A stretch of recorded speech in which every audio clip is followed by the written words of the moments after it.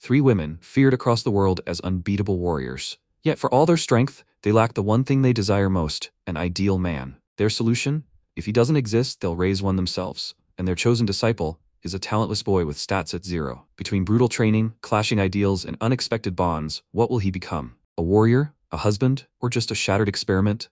Let's find out. This story begins with the 3 warriors' opponent asking them if they were looking for someone to train. He understood correctly, right? The great masters want to train someone? That sounds a bit too suspicious. The 3 of them may look quite strong, but they're far too naive. He added angrily, let them remember his face. He would destroy them. Rione didn't tolerate his mockery. She activated her skill and struck her opponent with such force that he flipped over several times in the air, and that was it. His knights exclaimed in amazement. What the hell? Sir Boyden Bortobongjovina was defeated in a single blow. They said he was the strongest knight in the world and had a magnificent beard. And he even had the nickname Fiery Beard. It was hard to believe they had managed to defeat him. Who exactly were these 3 women? The destruction-level warrior of Draconia, Rione Burnage, asked her allies, what was the name of this boy swordsman? The high elf, destruction-level wizard, Lyudmila Hailstorm, reprimanded her, not even giving them a chance to teach him a lesson. The heretical high-ranking priestess of the High Vampire clan, Telmia Kliblad, remarked that they might have already wasted all their luck searching for a worthy man. Rione cursed. They've found another weakling, Telmia remarked. She wouldn't want to train such a boy. These 3 girls were considered the strongest masters in the world. Their strength was otherworldly. Rione was a ferocious fighter, capable of demolishing a mountain with a single blow of her fist. Lyudmila was an incredible mage who could destroy tens of thousands of soldiers with just one spell. Telmia was a mysterious beauty, capable of destroying people with her terrifying reverse healing magic. Any one of these girls could destroy an entire nation on their own, but when they travel together, they're considered walking disasters, the second coming of the devil. And in other places, they're treated like evil deities. However, there's one thing even these 3 can't achieve. One of their potential disciples once told them that with such strength and beauty, they could take over everything in this world. So why are they looking for a disciple? Rione struck him, and all his armor flew off. The girls blushed with shame and embarrassment. The boy exclaimed in amazement. What was going on? He couldn't believe it. They'd lived so long. Weren't they all touched yet? Rione couldn't bear it any longer, and struck him with such force that he was thrown high into the sky. They couldn't find a worthy man. Lyudmila mused. Well, at least they were easy to weed out when they were so rude. Telmia remarked that she wished they wouldn't have to see something like this again in the future. They'd been puzzled by this for a few months when they'd arrived in this city. Rione had lamented. Where would they find a good guy here? They all had such poor skills and low stats. All they had was their bodies and mouths. Telmia wisely remarked that they were simply too strong. Lyudmila remarked, however, that if any of them wanted to be her close friend, they'd have to be stronger than her, or at least of the same rank. Otherwise, they'd be useless. Telmia asked her allies, but would they ever find anyone? Rione told her that if Lyudmila found a weak man, they'd all have to protect him. The truth was, these girls had too high standards. Telmia wondered if there was even a man who would suit her. Lyudmila told her that even if there was, she's not going to let her get a head start, but for now, it was all just Telmia's dreams. Lyudmila was afraid of ending up in second place, and at the moment, they had no other options. Suddenly, a revelation dawned on them. If they couldn't find a man they liked, why not raise him themselves? Rione thought they could raise a promising young man from scratch, and then, when he matured, they could, so to speak, reap the harvest. Lyudmila mentally noted that since they had no experience with men at all, if they did this, they wouldn't have to worry about it. Telmia understood that this would be much more effective than continuing to search for the ideal man, who might not even exist. The girls were delighted with their idea, and so began their search for a future husband. In other words, the search for their student. However, despite all this too turned out to be a difficult task. Sitting at a table, cooling off from the heat with cool drinks, the girls were frustrated. Lyudmila remarked that several months had passed, but they still hadn't met a worthy candidate. Rione asked them, where are they going now? Perhaps they'd stop by the Uruk Empire? Lyudmila countered, have you forgotten? They're wanted in the Empire, and besides there are so few students, Rione remarked. That's why she wants to go there. Many would come for their heads and challenge them, and that way, they could choose a suitable man from among them. Telmia mused. But those warriors will be veterans, so they'll have virtually no opportunity for future growth. Rione cursed. Her friend was right. Suddenly, she overheard 2 guys talking at the next table. One asked the other if he'd heard of the school in Basubia. They say a hero has appeared there. His companion looked surprised. A hero? He heard that long ago. There was a man who defeated the devil, and this was his descendant? The first one told him that it was indeed true. Besides, now the hero would be looking for his soulmate. He understood that it was their tradition to find a good companion at the adventurer's school to produce strong children. The girls became interested in their conversation. Hearing their last words, the allies became inspired. Lyudmila remarked that she had heard that the hero's descendants had been enrolling in this school for many years. She added, and besides, Basubia attracts young talents from all over the world. Telmia exclaimed enthusiastically. They must find the hero. Instantly getting ready, Rione said they could take this hero's descendant as an apprentice, or find someone else at the school. Lyudmila supported her idea, adding that they should check it out. Besides, she knew the dean. Without a moment's hesitation, the girls rushed forward. After a while, they arrived at their destination. It was the small town of Basubia. Here lay the world's largest source of magical power, a bottomless sea of trees. The entire town was ruled by the Adventurers Guild. It was considered a sacred place for this category, due to the fact that it housed the most prestigious school for adventurers in the world. When the girls entered the town, they were plunged into a flurry of excitement. A fruit and vegetable merchant was inviting everyone to his stall. He shouted to customers that today was their annual harvest festival. Let everyone eat as much as they wanted. Someone was appraising an axe from a weapons merchant, and someone else was shouting that a profession ceremony was taking place right now in the amphitheater. Two young men were in a hurry, afraid they would be late. At one point, a vessel fell from the table and broke, splashing wine across the wall. There was commotion, movement, and excitement all around. Meanwhile, at the Almeria Royal Adventurers School, Dean Sariella Cuccio,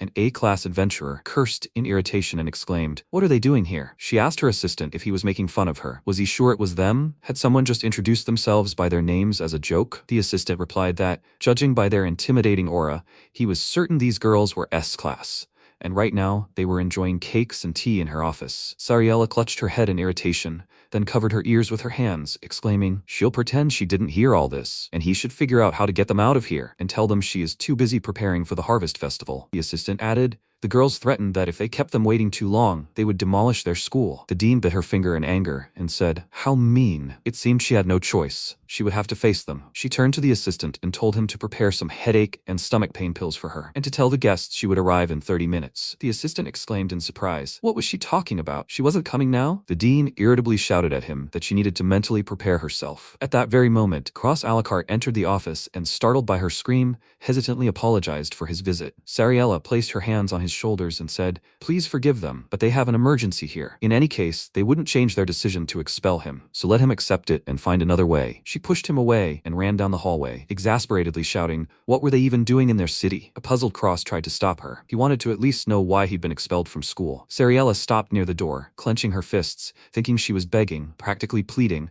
for someone to tell her the girls had already left, or that it was all a joke. Opening the door, she sighed heavily. Rione exclaimed, "Let everyone see who's finally arrived." Lyudmila reproached the dean, saying she was late. Telmia said she'd been walking for so long that she'd already eaten the entire cake. Sariella despaired, thinking the assistant hadn't lied. She'd asked the girls what they were doing there. Rione was indignant. What? She'd kept them waiting, and now she was greeting them so coldly? Had she already forgotten how they'd helped them all? The dean exclaimed in amazement. They'd helped? Even though they're S-class adventurers and do a fantastic job, they always leave such a mess behind that they have to clean up. The allies' indignation at these words knew no bounds. Sariella added that, in any case, she was extremely busy right now and didn't have time for them. She thought about how whenever the Good Harvest Festival coincided with the enrollment of a hero's descendant, something always happened. Because their city was so crowded, they always had to come up with a lot of security measures. She'd just finish up here quickly and return to her duties. The dean sighed and asked the girls what they wanted. Rione chuckled. She didn't even know where to begin. They needed a bunch of different things. She told her to start by giving them the hero's descendant. Sariella couldn't believe her ears. What kind of request was that? Rione continued. The hero's descendant is enrolling in this school for his education, right? They thought that if he showed potential, they would take him on as their apprentice. That's why they wanted to see him. The dean thought, perplexed. They wanted to train him? And that's why they came here? She asked her allies what they were planning. Telmia, losing her patience, asked her irritably, "Are you deaf? They just wanted the hero to grow up good and strong." The dean laughed, thinking they'd been lying to her. They were all selfish people who could easily disobey the king's orders if they weren't in the mood. And they wanted to train the hero? They were definitely up to something. Even if they truly had good intentions, the real problem was their personalities. The hero was considered the trump card of the human race, the treasure of their army. If these idle women got their hands on him, it would be the end of the world. She definitely couldn't let these three meet him. Rione impatiently asked her why she'd gone silent. Was she trying to hide him from them? Telmia exclaimed,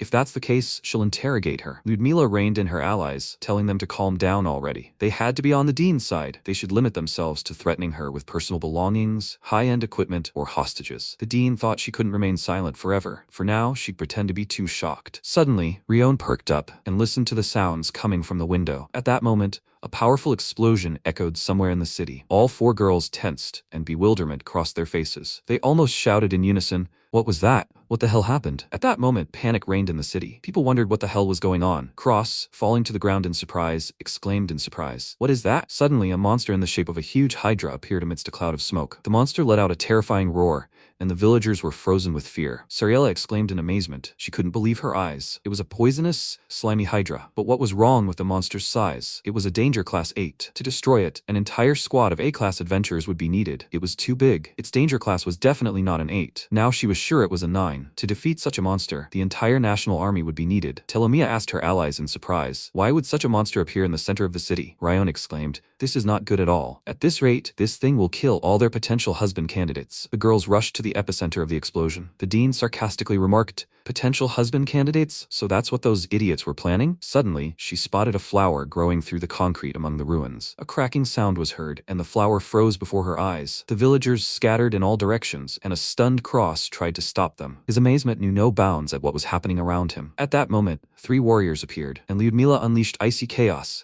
using her highest level ice magic skill against the enemy. Cross shrank in fear as he watched the girl's actions. Then Lyudmila activated Absolute Zero, and a terrible crack was heard. The villagers began to fall to the ground, some blown away by the shockwave. Rione and Telmia approached the Hydra and charged. Thick clouds of smoke rose, and the shockwave sent everyone in the immediate vicinity flying in all directions. The people were perplexed. What was going on? Lyudmila shouted to Rione, she can use much more powerful magic than this, so she only froze it in place, but she didn't touch its neck. And she also didn't freeze the monster's core. Lyudmila told her that this monster has quite a high resistance to magic. If she uses stronger magic, civilians will also suffer. Rione cursed. She struck again and again, but the monster's regeneration is too great. Lyudmila warned her to be careful. This hydra's venom is quite dangerous. Any normal person would die from a few drops, so there's no point in stupidly piercing the monster's belly. Rione told her that she knew that. She asked Telmia if she could do anything. Her allies spoke in confusion, unsure if her skill would work on this monster because of its regeneration, but she would try. She added that the enemy was too far away, so she needed to get closer. Lyudmila noted that she wasn't thrilled with her plan, but it was probably the best option. She activated her skill and, with a stream of fire, helped her ally reach the Hydra. Landing on the monster, covered in ash and torn clothes, Telmia said, "Excellent. It was a good landing." Lyudmila grinned and exclaimed, as she suspected, this is the best way to deal with a Hydra-type monster. Telmia activated the reverse skill. At full power, the monster screamed terrifyingly and arched in pain. Lyudmila exclaimed, "Excellent. It worked. So, they should keep it up." Meanwhile, Sariella thought about the 3 warriors as she walked. In fact, any one of them could single-handedly kill a Class 9 monster. But the problem was, they were holding back because of the townspeople. She had to provide them with at least some support to make it easier for them to defeat the monster and limit the damage. Suddenly, her assistant appeared next to her, telling her he had bad news. The dean told him she already knew everything. She added that he should gather all the teachers, and they would deal with this monster together. The assistant said he didn't mean that. The dean asked him, perplexed, "What then?" He showed her a piece of paper and said, "They've been informed that a large group of monsters is approaching them from the north. There are over 4,000 of them, and the danger level is unknown. These monsters are running from something." Meanwhile, the assistant's report was being confirmed. A real monster invasion was rapidly approaching the city. The dean exclaimed in irritation, "What the hell is going on? What was the observation team doing anyway?" They reported to her that morning that nothing suspicious had been noticed. Were the monsters scared of something? Why did all this happen in one day? Her assistant brought her out of her reverie by addressing her. The dean declared, "They have no choice. They must leave the Hydra to the S-class adventurers, and all B-class adventurers and above must report immediately to the city's northern gate. Adventurers of A-class and below must assist the city's residents in evacuating." She glanced at the Hydra's silhouette in the window and wondered again, why today? Meanwhile, the warriors continued to attack the monster. Lyudmila shouted to the enemy, now she will use 4 main magical attributes at once on this small fry. The girl activated 4 elemental magic and an elemental bullet. Telmia used her abilities, and Rione also supported her allies. Finally, after numerous attacks, the girls discovered that the monster's core had become visible. Rione noted that even though they had found it, they still had problems. Lyudmila wondered what they should do. Rione couldn't leave her position, as she was occupied with the Hydra's neck. And if Telmia swims inside the Hydra's body, then all the ice will break. Even though the 3 of them had mana, none of them could take such a risk. Rione shouted to those below, one of them must pierce the Hydra's core with their sword. They needed to do it quickly. In the meantime, they would hold off the monster.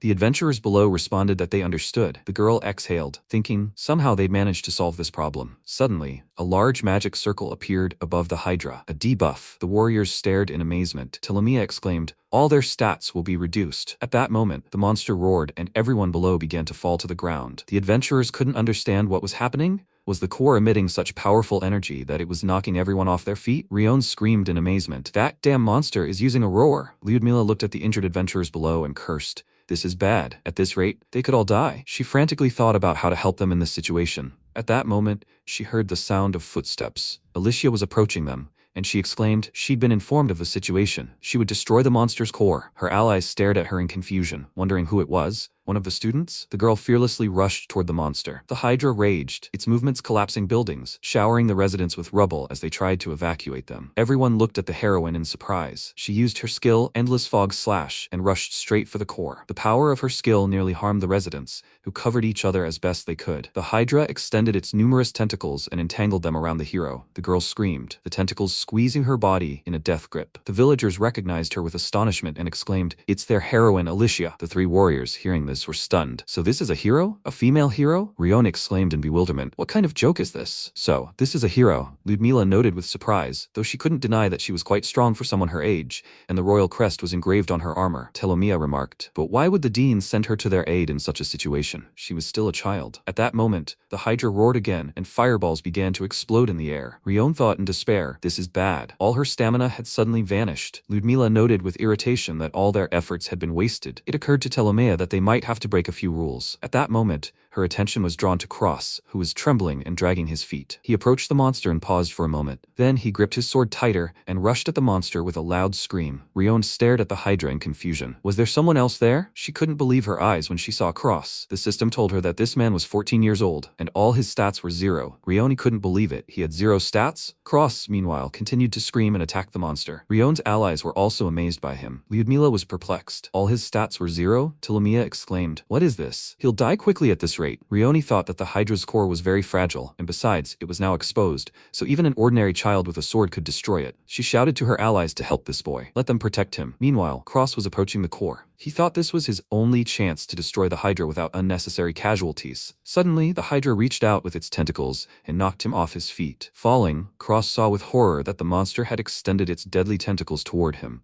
He raised his sword, intending to fight back to the last, but at that moment the monster's tentacles began to freeze before his eyes. Lyudmila and Telmia had arrived to his aid, using their skills against the Hydra. The monster roared again, and Rione irritably shouted at him to shut up and struck her opponent. Cross began to escape the danger, especially as the tentacles began to crack, indicating that the girl's skill was beginning to disintegrate. The monster roared again, and the protagonist nearly lost his legs. Then he felt ill and collapsed right next to the Hydra. At that moment, the monster began to advance its tentacles toward him. Alicia, entangled in the enemy's limbs, desperately thought she had to help him, but because of the enemy's insane scream, she couldn't even move. Cross, having gathered the last of his strength, stood up on his feet. The warriors attacked the monster from above. The protagonist again saw the monster's core next to him, and, barely able to stand, he thought, he must do this, no matter what. Approaching the core, he didn't immediately realize he was entangled in the monster's tentacles. At that moment, the Hydra let out its terrifying cry again. The protagonist, feeling himself weakening, thought as if this would stop him. He gathered his remaining strength and slashed at the tentacle with his sword. Then he reached the core and destroyed it. The monster let out an even more powerful roar, its tentacles weakening,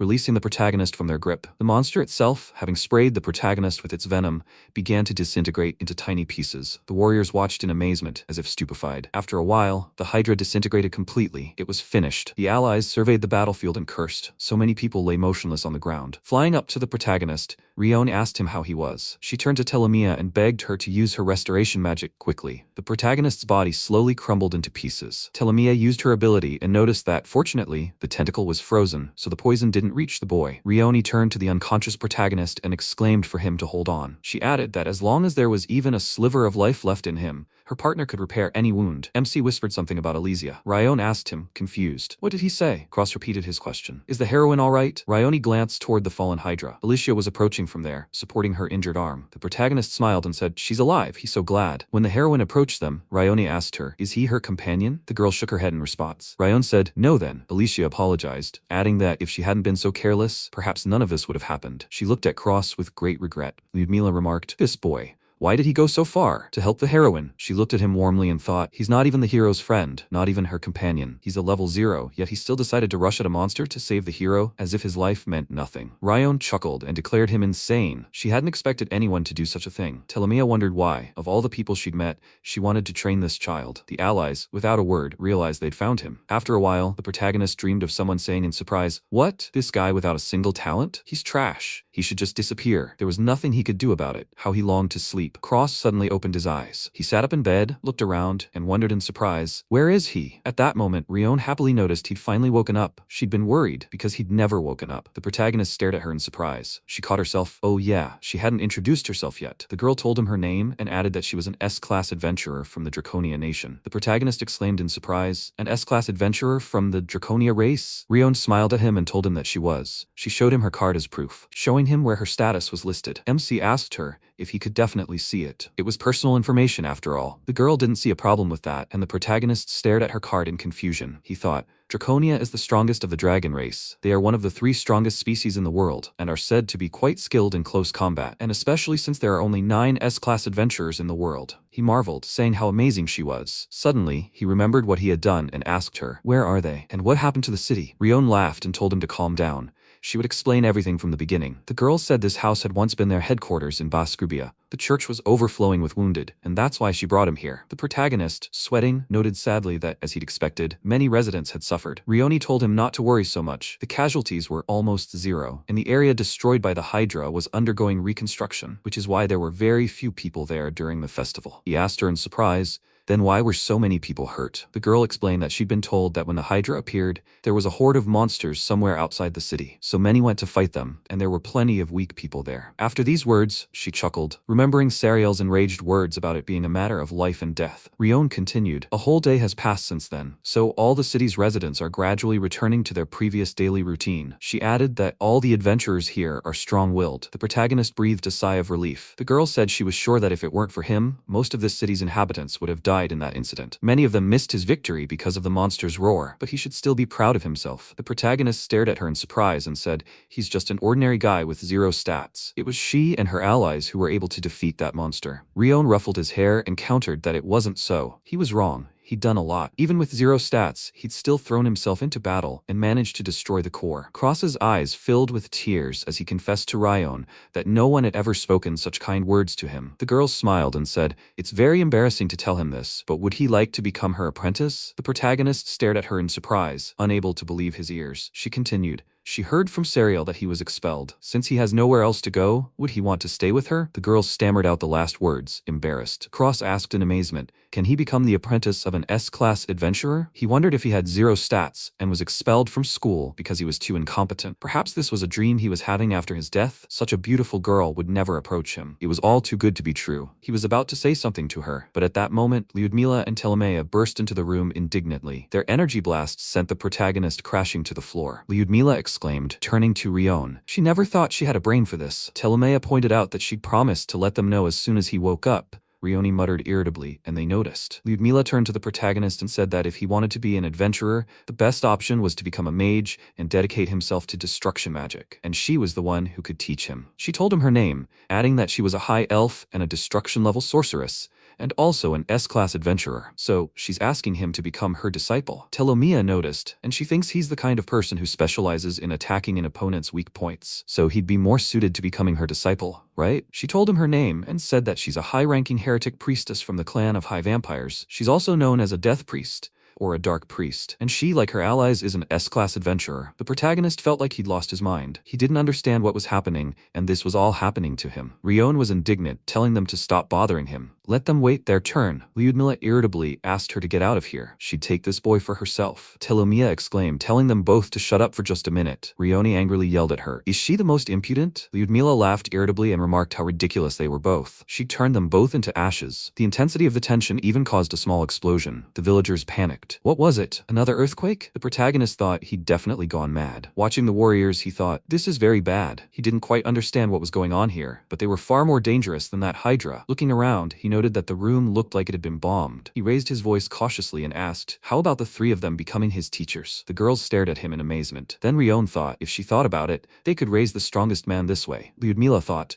the one who reaps the harvest, as they say, will win anyway. Telmia remarked, perhaps if they trained him in formation, they would create the perfect man. Finally, Rione said she wasn't opposed to it. Lyudmila agreed, it would be fair. Telmia laughed and said, well then, from today on, he becomes their apprentice. The protagonist looked at them, sweating, thinking he was a little nervous. He simply couldn't believe it. he was actually becoming the apprentice of 3 S-class adventurers? The protagonist hesitated, then more decisively told them his name, adding that he was human. 14 years old, his class is jobless. He admitted he had no talents and was unlikely to live up to their expectations, but he would try his best. Therefore, he asked them to take care of him. The girls admired his beautiful name, but this boy still hadn't realized that now he needed to become strong enough to defeat these 3 at once, and only then would they love him. He'd somehow miraculously become the apprentice of 3 S-class adventurers. They argued for a long time about which of them would train him first, but in the end, they were able to settle the matter. He'd been expelled from school and could no longer return to the orphanage where he'd been cared for. Now all he could do was train hard. He began to do so, a 14-year-old cross a la carte. All his stats were 0, but only for now. After some time, he arrived at the training grounds. The mansion standing in the clearing simply took his breath away. Rione exclaimed, "Finally, he's here." The girls looked at his surprised face, and Rione asked him if something was wrong. The protagonist replied that everything was fine.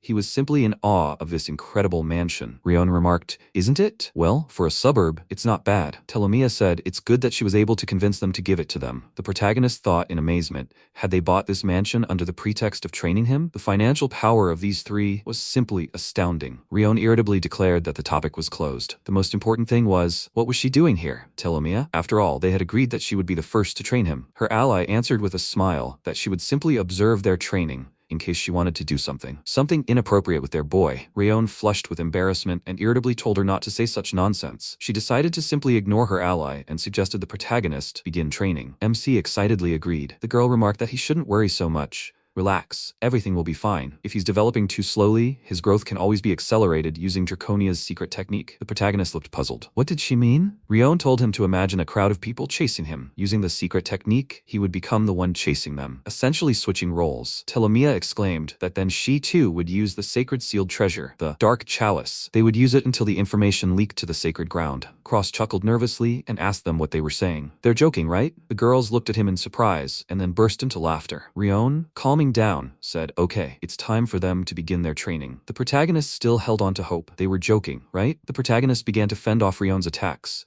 Only the cries of blows and the clink of weapons could be heard. Telmia chuckled, watching their training. Rione stopped and asked him, "He was teased all the time, wasn't he?" Surprised, Cross replied, "How did she know that?" The girl remarked that this was to be expected in a school where everyone aspired to be adventurers. The weak were often bullied. The protagonist couldn't believe it. He asked in bewilderment, "How did she know that?" Rione said that his sword told her about it. She continued, "He was bullied, he was afraid of many things, he was stressed, but the most important root of his problem is that he always thinks he's weak, and these words are deeply ingrained in his body and mind." The girl pointed her finger at him and said, "It's immediately obvious he constantly thinks this way about himself. He's the kind of person who's afraid to counterattack, and this fear has seeped into his sword." The protagonist listened in amazement, his mind replaying the words of his bullies, how they told him he was only a nuisance, useless. His classmates openly laughed at him. Was it true that he lost to a 9-year-old girl? At 14, anyone is at least level 5. The protagonist trained intensively, but to no avail. He thought then that if he could only attain his proper class, or even just one skill, he would understand where he should focus his efforts. When it was time to announce the statuses, everyone saw that the protagonist had the status of jobless,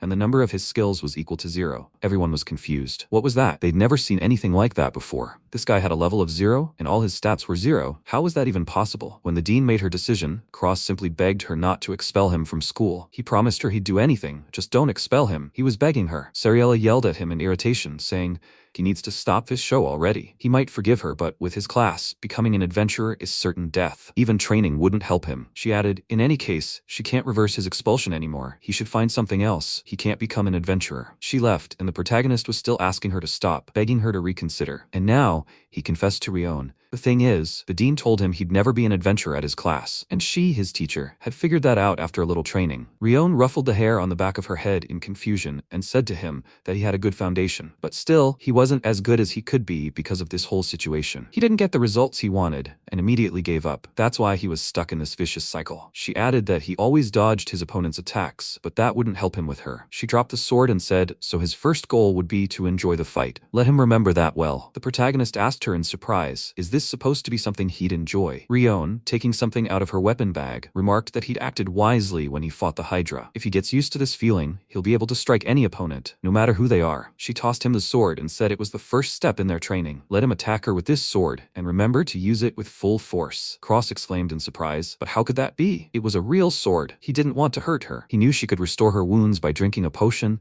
but he still didn't want to harm her. The girl grinned. Exactly. With his current strength, he wouldn't be able to even even scratch her. She asked Telmia to weaken her strength. Her ally replied that she would fulfill her request. Cross tried to stop the girls in fear, but he exclaimed that he didn't mean it that way. Rione looked at him with a smile and asked if he was still afraid to hurt her. The girl laughed and remarked that he was indeed a kind guy, but still, he was too naive. Lyudmila called out to Rione. When her ally came out onto the balcony, she asked what was wrong. She'd already told her she was busy. Rione asked her to throw a rock at her. Lyudmila, as if it were a matter of course, activated her advanced earth magic and summoned a keystone. Before the astonished protagonist's eyes, a huge stone boulder rose from the ground and struck Rione directly. The protagonist screamed Rione's name in fear and angrily yelled at his allies, asking what they were doing. Telmia laughed and told him not to worry so much. Everything was fine. Their house was well insulated, so no one would hear the noise. Cross shouted indignantly. That's not what he meant. At that moment, amidst a cloud of thick dust, an unharmed Rione emerged from beneath the rubble. She laughed and remarked, "Well, now he won't have to worry about hurting her?" The protagonist's amazement knew no bounds. Telmia watched his reaction with amusement. Rione asked him, "Does he see? The sword won't hurt her at all." She told him to watch, and, taking the sword, she deliberately struck herself, but she remained unharmed. Cross chuckled. Well, it seemed his worries were for nothing. Rione told him that he should now raise his sword and attack an unarmed girl of higher rank than himself. Once he got used to this, he would be able to attack any opponent without hesitation. She urged him to attack her. Cross complied without further ado. He began attacking the girl, Rione supporting him and advising him to maintain this rhythm. Then she told him, attacks are a greeting. His killing intent is manners. Let him activate his lethal mode. Aim for her throat with his next attack. The protagonist did everything as his teacher told him. Rione encouraged him, saying he was doing everything correctly, that he was truly a good boy. Telmia mockingly told her ally that she was a little out of her mind. Rione snapped back irritably, telling her to shut her mouth. Cross continued his attacks, captivated. After training, they sat under a tree, and Rione transferred her physical and mental strength to him. The protagonist was surprised to feel completely restored without even a trace of fatigue. Rione said with a smile, he was training now, enjoying the battle. Let him take some food and water now, and restore his strength. The protagonist, stuttering with surprise, replied that he understood. After a while,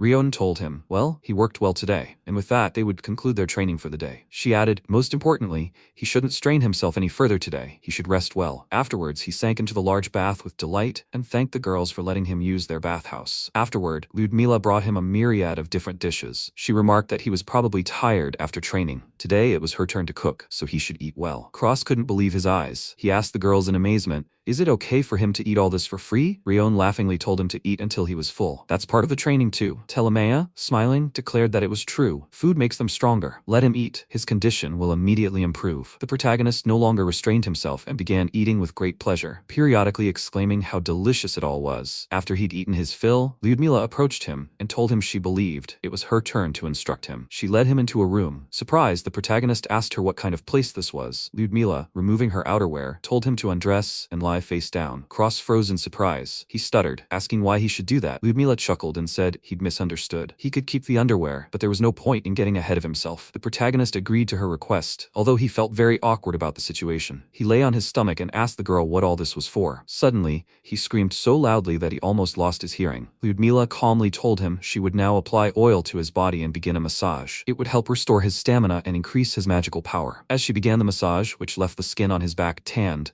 Lyudmila remarked that perhaps he'd heard a very interesting story. They say, while people of the unemployed class can't level up, they have a special ability that allows them to learn various skills from other classes. She added, to put it simply, this makes such a person a jack of all trades, but their growth rate will be extremely slow. Cross cried out and thought, her magical power is penetrating him. Lyudmila asked him, can he feel it? This is the sensation they experience when they use their mana. If they repeat this process every day, it will help him improve his senses. She is confident that this method is much more effective than regular human cleansing. Continuing to massage him, she chuckled and thought, she'd heard that even simple tactile contact between a man and a woman helps awaken their senses. If they do this every day, then eventually he will begin to understand everything himself. The protagonist, relaxing, wondered in surprise why he felt so strange. After the massage, the protagonist sheepishly thanked the girl for the session. Lyudmila thought for a moment, then told him they were finished and that he should go to his room and get a good night's sleep. Barely able to move from his relaxing session, Cross headed to his room. He muttered, doing something like this with such a beautiful girl every day, it's very stimulating. Entering his room and reaching his bed,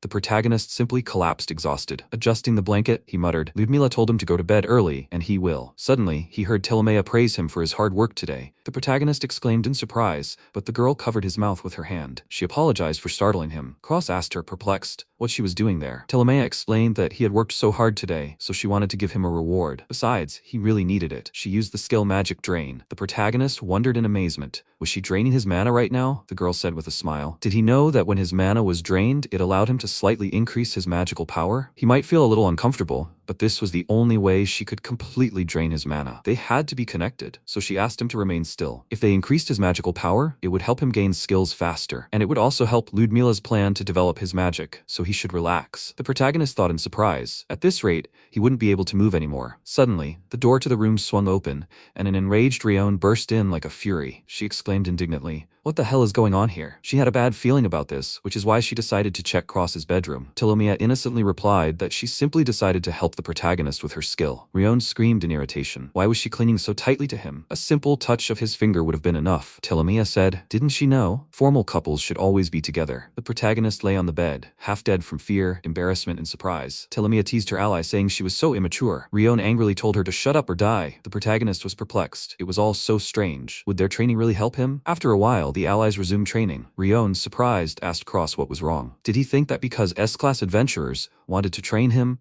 his training would be incredibly difficult? The protagonist admitted that it was. The girl remarked that he was the type of person who thinks the more rigorous the training, the stronger they become. If a teacher trains their student, it simply means they're incapable of understanding all of their unique abilities. Such a teacher is simply third-rate. She added that while she agreed that sometimes one had to go through sheer hell, even so, there was nothing better than discipline. The basics were crucial. He'd only just begun his training, so there was no rush. They knew he was jobless when they accepted him as their student, so he shouldn't worry. Everything was fine. They'd make a strong man out of him. The protagonist replied that he understood everything, and so 3 days passed. Rione continued training him, urging him to keep up the pace. He was doing well. The protagonist was feeling much more confident, his movements becoming more precise and coordinated. As the fights continued, he wondered in surprise why he felt so light in his body. It wasn't as painful as before. But why? What was going on? He remembered Lyudmila's words about how they felt the same sensations when they used magic. Suddenly, it dawned on him. Was it all the magic? Perhaps if he continued swinging his sword with this feeling, he'd succeed? Encouraged by these thoughts, he began attacking his teacher with more confidence,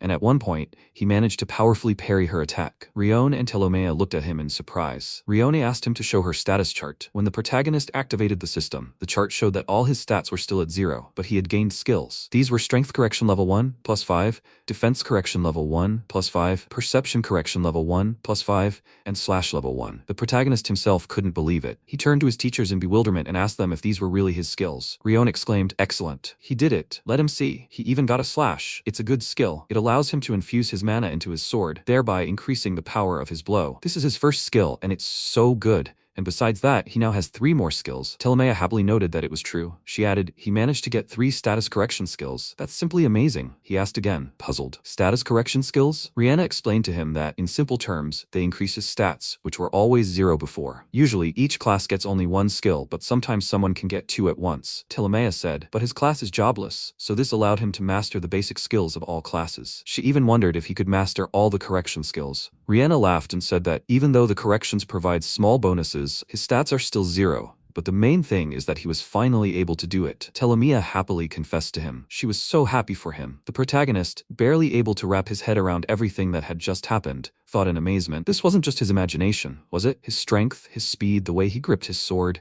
and even despite the pain, he still couldn't believe it. Although he had now received some enhancements, his base status was still at 0. The protagonist, his voice trembling, thanked the 3 of them for their help. Rione laughed and said, "That's enough." She took his hand, the palm of which was heavily calloused, and told him to remember that he wasn't able to acquire these 4 skills so quickly solely because of them. It was all the result of his diligent training even before they took him on as their apprentice. So, he'd done well too. The girl affectionately ruffled his hair. Rione continued, "Okay, he's only got 1 combat skill right now, so they need to focus on strengthening it." She pointed out, but he wouldn't be able to fully utilize his skill's potential in comfort. Only in a real battle would he be able to do that, and then improve it. His stats are currently extremely low, so they'll focus on slash. Let him remember that. Now they'll have a real fight. The protagonist asked her, puzzled, a real fight? She was talking about fighting a monster? Rione told him not to worry. She'd find him someone his own level. She disappeared, and the protagonist exclaimed doubtfully, what was she planning? He'd never even been able to defeat a rabbit. He couldn't fight anyone right now. Telmia called out to him and said that he needed to gain confidence now, so he should fight the monster. MC countered.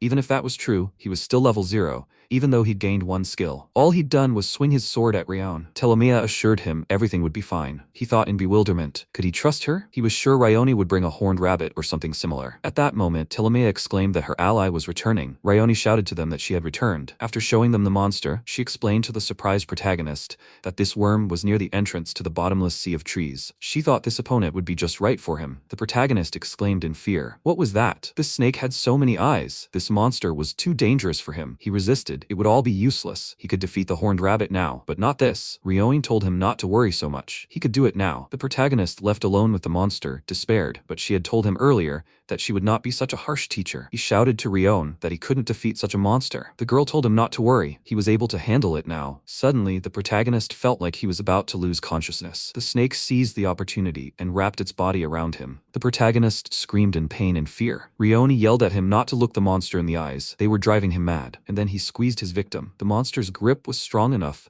so he should be careful. MC was indignant. Why hadn't she told him this before? He thought all he could do now was bite it. The protagonist managed to catch the monster in the eye with his teeth. The monster began to writhe in pain and released its victim from its grip. The protagonist realized his enemy's weakness was its eyes. Swinging his sword, Cross shouted that he would get it now and began aiming for its eyes, but the enemy deftly dodged his blows. MC realized he needed to move even faster, but even though he had learned its weakness, he still couldn't hit its eyes. The protagonist decided he needed to put his newly acquired skill to good use, but he couldn't do it yet because the enemy began deftly attacking him, and Cross dodged them. He began running in circles, forcing the monster to form a large circle with its body. When he achieved his goal, he remembered to do it counterclockwise. Waiting for the right moment, the protagonist activated his slash skill, hitting all of the monster's many eyes. Cross's eyes stung, but he overcame the monster and defeated it. Rione exclaimed with delight. He had succeeded. Telmia also joyfully exclaimed that it was amazing. The protagonist, looking in disbelief at the enemy's fallen body, wondered in amazement. Did he do that? He really did it? Rione answered that it was true. She added that even though this monster had an ability, strength and weakness are two sides of the same coin. Once he can grasp this for himself, he will be halfway to victory. Telmia praised him. He'd done well. Rione remarked that this snake was the most suitable opponent for him right now. She asked him, how did victory feel? The protagonist looked at his hands in amazement and joy, still unable to believe he'd done it. Then he looked at his status board and saw that he'd gained the slash skill. Sometime later, when they returned home, the protagonist told Lyudmila everything. He'd spoken, and he'd even used the acquired skill to defeat this snake. And yet, he still couldn't believe it. He couldn't even defeat a horned rabbit before. The protagonist added that from now on he'll practice this skill constantly. Lyudmila exclaimed in delight. Really? The results had appeared even earlier than they thought. The protagonist was embarrassed and apologized to her for chattering incessantly. Lyudmila remarked that there was nothing wrong with that. She could see he was very happy with his results. She handed him a mug of the drink and said that from now on he would always drink it before his massage. The protagonist peered into the mug, saw a cloudy liquid,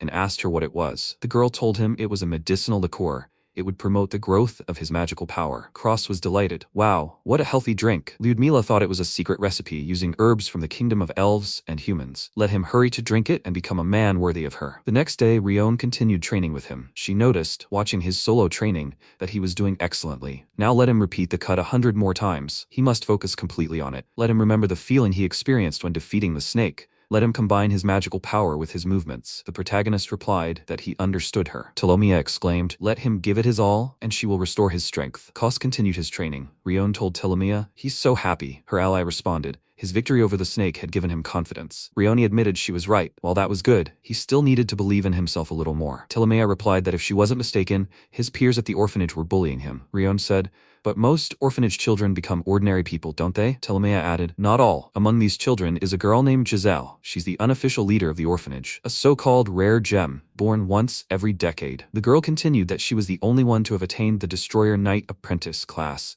as well as 10 basic skills. Rione said thoughtfully, an interesting girl. She could definitely become an A-rank adventurer in the future. She added, well, if such a person were to bully someone, it's only natural for them to be so uptight. Although it was pointless to talk about it now, if things continued like this, the protagonist would definitely gain confidence someday. She turned to the protagonist and told him that if he was finished, they should begin their training match. And not to worry, if his magic power ran out, he should fight at full strength. Cross replied that he understood. They fought intensely and furiously for a while, and then they looked at his status card. What the allies saw there shocked them with joy. His stats were still 0, but he had acquired more than enough skills. These were Strength Correction level 2, 12, Defense Correction level 2, 11, Perception Correction level 2, plus 12, Slash level 3, Evasion level 1, Minor Body Tempering level 1, Magic Sense level 1, Inner Magic Manipulation level 1. Cross exclaimed in bewilderment. A Slash already level 3? And this was in just 10 days. Rione pointed out, did he see this? Even without a class, he still had room to improve. He admitted to her that he thought it would be much more difficult for him. Rione said that all this was fine, but how did he feel about choosing a goal? After all, motivation is the best incentive. She asked him what he wanted. The protagonist hesitated with an answer. He asked her what he would like to achieve in the near future. Rione remarked, come on, let him not be shy. There must be at least something. Maybe he would like to defeat some monster, or maybe give someone a good beating. He shouldn't be afraid to speak up. They won't laugh at him. When he told them his wish, the girls were simply astonished. Telmia asked him again, perplexed. A return exam? The protagonist answered them. He understood that it was a strange goal, especially for someone surrounded by such wonderful people like them. But for him, studying at an adventurer's school had always been a cherished dream. Rione asked him, puzzled, but why? The protagonist plunged into memories and said that 4 years ago, the village where he was born was attacked by monsters. And suddenly, like a hurricane, the heroine Alicia appeared, saving their village. And ever since, he wanted to become an adventurer who would protect people just like her. Rione thoughtfully asked him, is that why he wants to return to the adventurer's school? Telmia wondered if this Alicia had captured his heart. The protagonist was embarrassed and indignantly declared, there's nothing like that. He can't even get close to her. Telmia wondered, so that's why he risked his life against the Hydra back then? She whispered to Rione, what are they going to do about it? After all, there would be many other girls at school besides this heroine. The protagonist was afraid he might have offended his teachers, so he apologized to them. That was rude of him. He's asking them to forget everything he said to them. Rione countered, not at all, that's fine. Telmia and the protagonist stared at her in surprise. Rione continued, either way, he'll soon get used to fighting them, so he'll need other opponents. Besides, to register as an adventurer, he'll still have to take the exam. The protagonist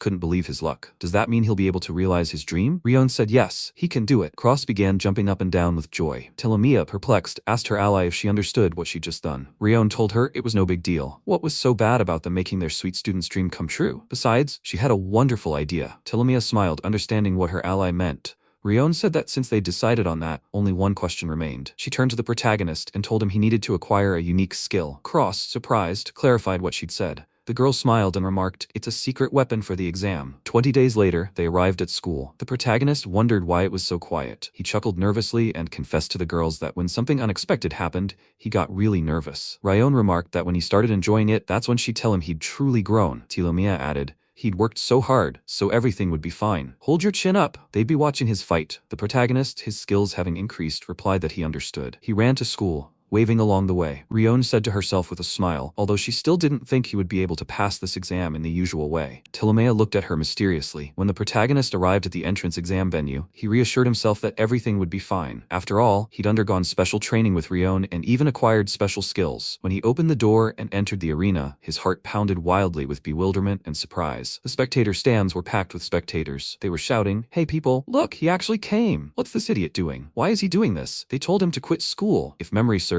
that's the same guy with no class. The protagonist, looking around in confusion, muttered, what is this? The exam for the right to return to school should be closed. At that moment, he heard Jiselle's voice ask him, what's this supposed to mean? The protagonist stared at her in surprise. The girl angrily remarked, the classless one, a month after leaving school, decided to hold an exam and even decided to choose her as his opponent. The protagonist, frightened, addressed her by name and exclaimed that he hadn't done it. But she shouldn't worry. He'll settle everything now. Meanwhile, Telmia, sitting with her allies on the balcony, told Rione she was so cruel. How could she hide from the MC that this exam would be held in an open match format? Rione laughed and replied that adventurers should be prepared for unforeseen situations. His opponent was the former boss of their orphanage, so this was the perfect way for him to regain his shattered self-esteem. Meanwhile, the protagonist, desperately wondering, why did Rione do this to him? Why did she do this? Jiselle spoke angrily, but he still hadn't gotten it. She'd already told him that if he ever messed with adventurers again, she'd beat him half to death. The protagonist's mind flashed back to Jiselle, bullying him at school. She told him he was interfering with her training, and he should perish from this world altogether. When monsters show up, he'll whine and beg them to save him, right? An idiot like him would never become an adventurer. She always told him he really irritated her. He shuddered at the unpleasant memories. At that moment, the referee announced that the return test would be held in a sparring format. The one wishing to return to the academy was Cross, and his opponent was Giselle String. He called on the participants to step forward. Telmia, resting her head in her hands, told Rione that her method was so cruel. The girl asked her, how then did she propose raising this boy? Telmia hesitated. Sariella thought, thought, none of this matters, she just wanted to get home. Jiselle, meanwhile, glared at the protagonist. He was shaking as if with a chill, unsure of what to do. The referee declared the match to begin. Jiselle, without wasting a second, activated her sword art and sweeping strike and rushed at the protagonist. Cross hesitantly applied his lesser body tempering skill and braced himself for her blow. The girl spared no effort in her strike, and MC was blown away, an explosion ringing out around him. The audience was in awe. That's all. What strength this girl has. Cross is probably dead by now. The dean thought to herself, it's only been a month since she received her class. She needed to negotiate her promotion. She looked at the warriors and wondered why they wanted this incompetent to fight against such an outstanding figure. She couldn't understand what they were thinking. The arbiter approached the protagonist and asked him how he was feeling. Through the dust cloud from the explosion, the protagonist appeared, groaning in pain. Jiselle couldn't believe her eyes. He was alive? The spectators in the stands were also completely perplexed. She asked him in surprise how he'd managed it. The protagonist, confused, asked her what she'd said. Jiselle chuckled and remarked that she understood everything. It seemed he'd simply been lucky enough to acquire a defensive skill somewhere, and he'd become so confident that he'd immediately rushed off to take the exam to return to the academy.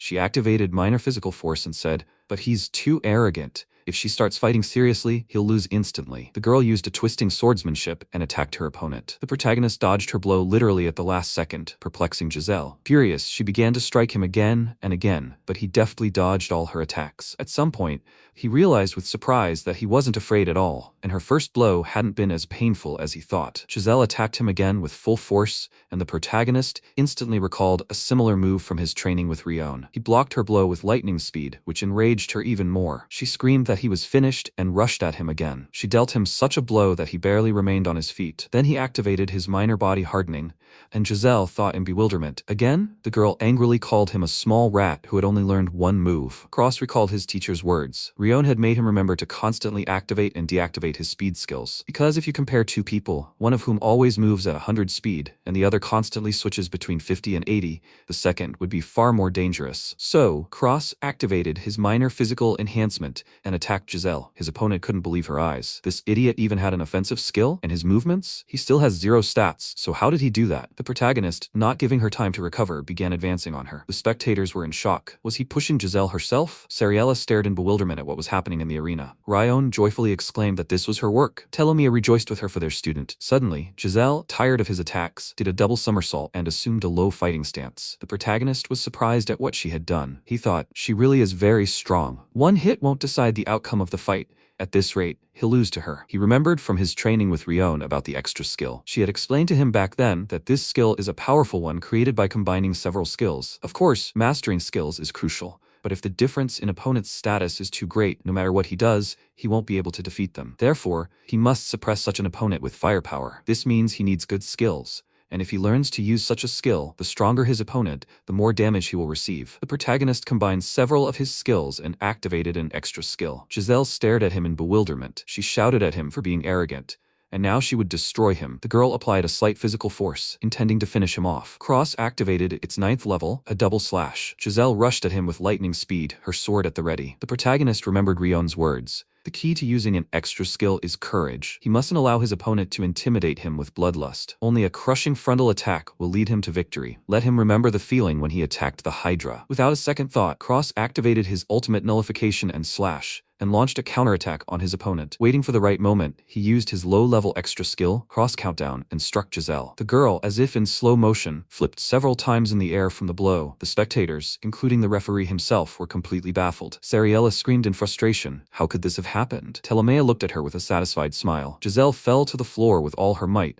lying there motionless. Rione grinned admiringly, remarking that this was the kind of spectacle she enjoyed. The referee, having counted down the required time, stuttered in surprise as he declared Cross a la carte the winner of this match. The protagonist wondered in surprise. Had he misheard? How could he have done it? Then, convinced it wasn't a dream, he joyfully exclaimed, he did it. He turned to the astonished referee and asked, did he really pass the exam? Will he be able to go back to school? Meanwhile, Jiselle came to her senses, sat down on the floor, shook her head from side to side, and muttered, what the hell? How could she have lost to a talentless person? She turned to the protagonist and angrily told him that he definitely cheated somehow. Unable to bear the weakness in her body, she fell again. The protagonist anxiously asked her if she was okay. Shouts were heard from the arena. Bring the healer here quickly. After a while, Cross rejoiced along with his teachers. He exclaimed, he did it. Rione joyfully congratulated him on this achievement and noted that his efforts had paid off. The protagonist turned to Telmia and said he was so grateful he'd defeated Jiselle and returned to school. It all felt like a dream. Rione asked him if he could show them his status board. She added that after such a fight, his skills were sure to have improved considerably. The protagonist, still euphoric from his victory, activated the board and said, "Now they'll see." What they saw astonished his allies. His stats remained at 0, but the protagonist's skills had significantly increased. Strength correction at level 4, plus 30, became level 6, plus 47. Defense correction level 4, 32, level 6, 50. Dexterity correction level 4, 30, level 6, 47. Slash level 6, level 7. Minor body tempering level 3, level 4. Minor physical enhancement level 2, level 3. Magic sense level 2, level 3. Inner magic manipulation level 2, level 3. Cross count level 2, level 4. The protagonist was ready to dance with happiness. Rione and Telmia looked at the card in bewilderment, unable to believe their eyes. Rione noticed, looking at the happy protagonist,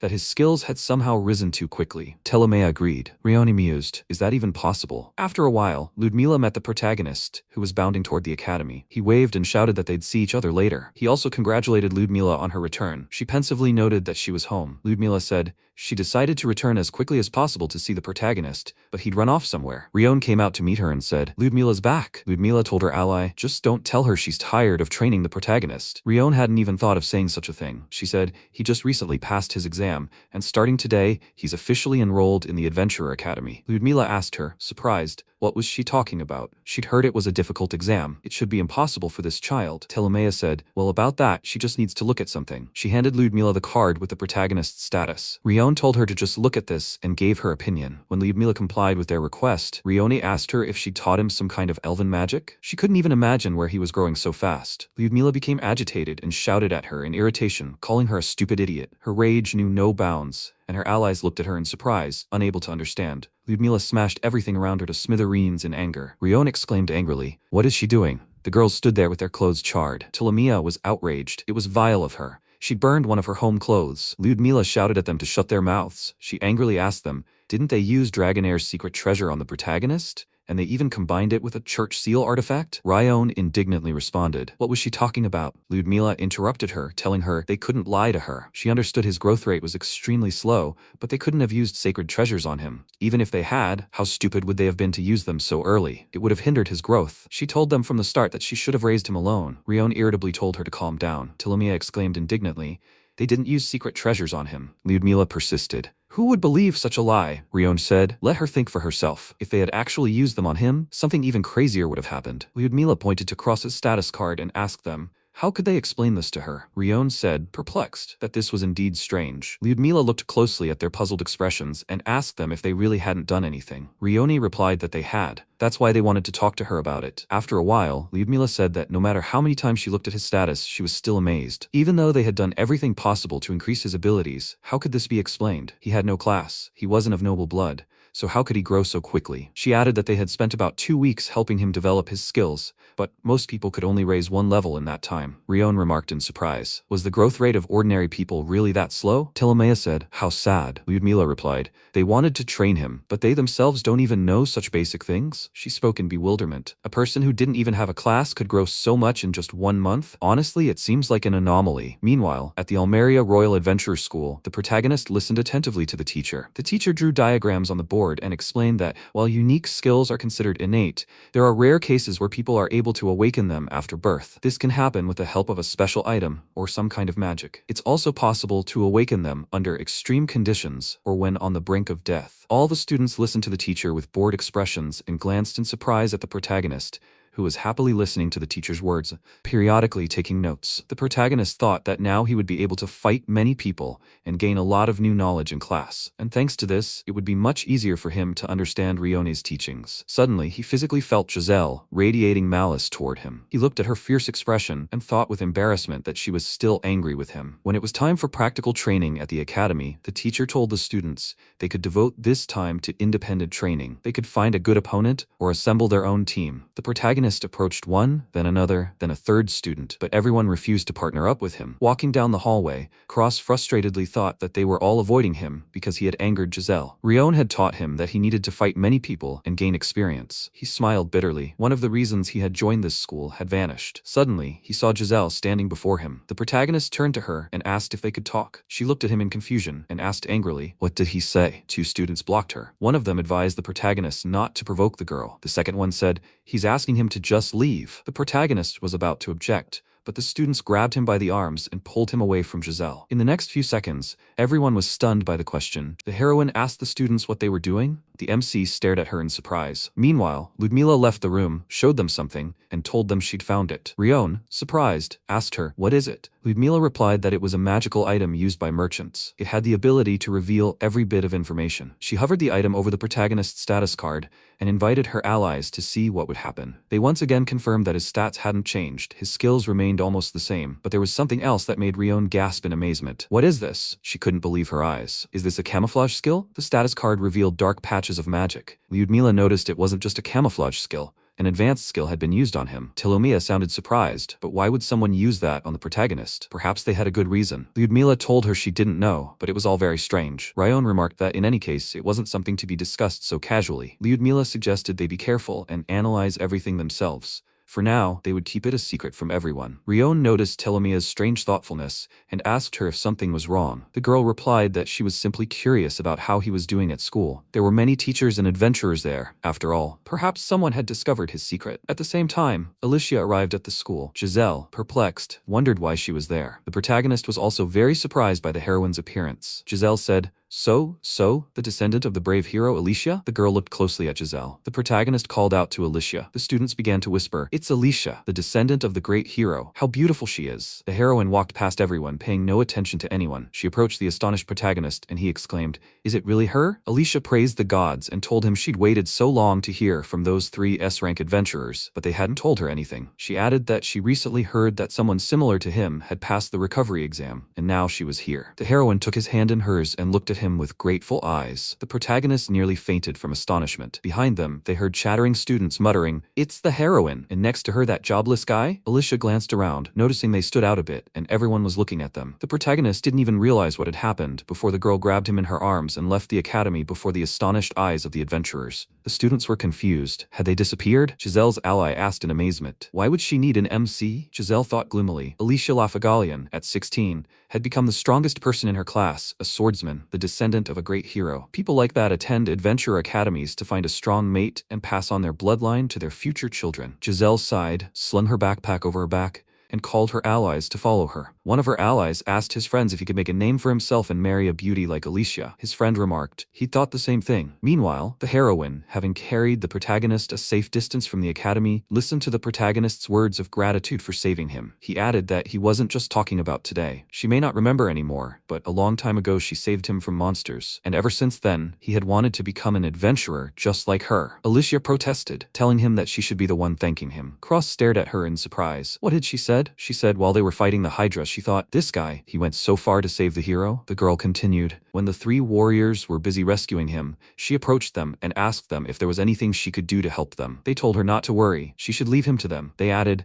"And didn't she have other things to do? She shouldn't worry. As soon as he recovered, they would tell her so." Alicia spoke. That's what they told her then. She waited and waited, but no one came. The protagonist thought indignantly. Was she trying to say they'd all forgotten about it? Alicia spoke first. She wanted to apologize for the inconvenience caused and also thank him for saving her. Let him forgive her and accept her gratitude. She took his hand in hers again and said she'd do anything for him. Just let him say so. The protagonist excitedly replied that he didn't need anything, and she shouldn't thank him. But those three girls, if she wanted, he'd convey her words of gratitude to them. He'd always remembered how Rione told him he should keep his training with them a secret. Lyudmila added that if anyone found out, it would cause them a lot of trouble. He apologized to Alicia and remarked that he'd simply remembered something. The girl insisted, but she had to thank him somehow. The MC nervously wondered what he should do, and what should he ask her for? A good idea, in his opinion, occurred to him. He asked her, then, if she could help him with some advice. There was a girl he had really angered, and now he didn't know what to do to make her forgive him. The protagonist added that she was also an adventurer, so he thought maybe she could give him some advice. Alicia thought for a moment and suggested perhaps he should buy her something tasty. She confirmed her thoughts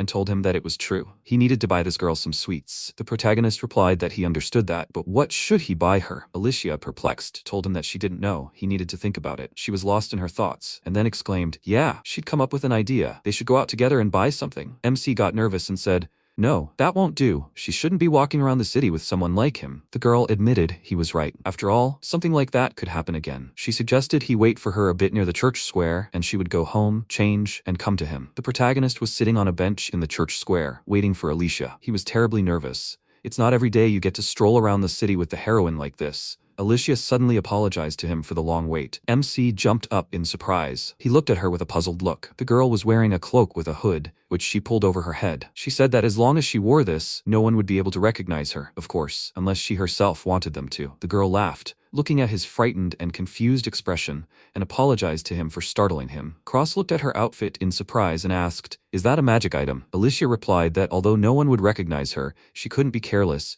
and she hadn't told anyone she was coming here. The protagonist exclaimed in surprise. What did she say? The girl put her finger to her lips and declared that it would be their little secret. She added, well, it's time for them to go. The protagonist, following her, wondered, what is this, some kind of date? He pulled himself together. He shouldn't have thought that. He just needed to calm down. They wandered around the city for a long time, choosing a gift, arguing, talking, visiting various shops. The girl moved quite quickly. Sometimes the protagonist couldn't keep up. Then they got hungry and went into a street cafe for a bite to eat. MC's income was rapidly disappearing from his wallet. Eventually, it was late in the evening. They were tired and sat down on a bench. Alicia remarked, he knows so many different stores. Does he often go shopping with someone? The protagonist, showing her his empty wallet, replied that it wasn't true. He didn't have much money for that. He added that he'd simply been exploring the city, but today was his first time in these stores, and it was fun. Alicia noticed they were similar. Today was her first time shopping, and she'd even just strolled around the neighborhood. The protagonist expressed surprise, but she often travels to different cities. She replied, it's all just training. She'd never had time to do something like this. The protagonist looked at her in amazement. The girl said,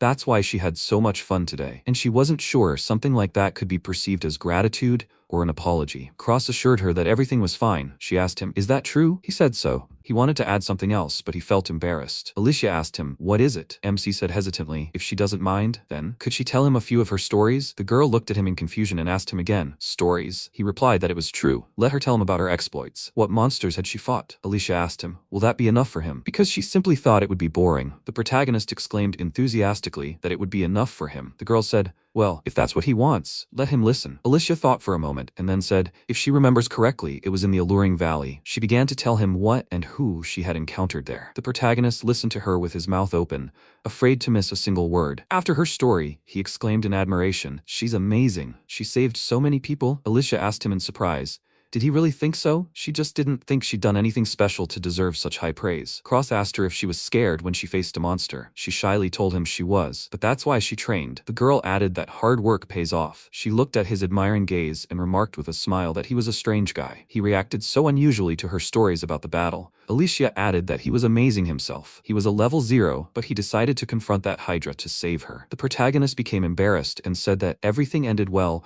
only thanks to the help of those around him, and her words didn't quite describe his actions. The girl looked at him with a smile and remarked, is something wrong? When he saved her, he was really cool. The protagonist was completely at a loss, embarrassed, and unsure how to react to her words. At that moment, the bell rang, and Alicia said it was time for her to go. The protagonist thanked her for today. She turned around and asked him if he would tell her how his meeting with the girl went, right? Otherwise, if they didn't make up, it would mean their meeting today hadn't helped him. And then, she would have to think of another way to thank him. After that, Alicia disappeared among the people, and the protagonist looked after her in surprise. The next day, at the Royal Adventures School of Almeria, a messenger called out to Jiselle and her allies and told them he had a package. The allies took it and began to wonder what it was. One of them asked Jiselle if she had an admirer. The girl asked him who it was from. The messenger replied that it was from Cross, asking him to deliver it to her. The girl's reaction to this was ambiguous. She angrily slashed her sword at the table where the package stood, sending a powerful shockwave that nearly knocked her allies off their feet. Jiselle exclaimed angrily, idiot. Does he want to humiliate her even more?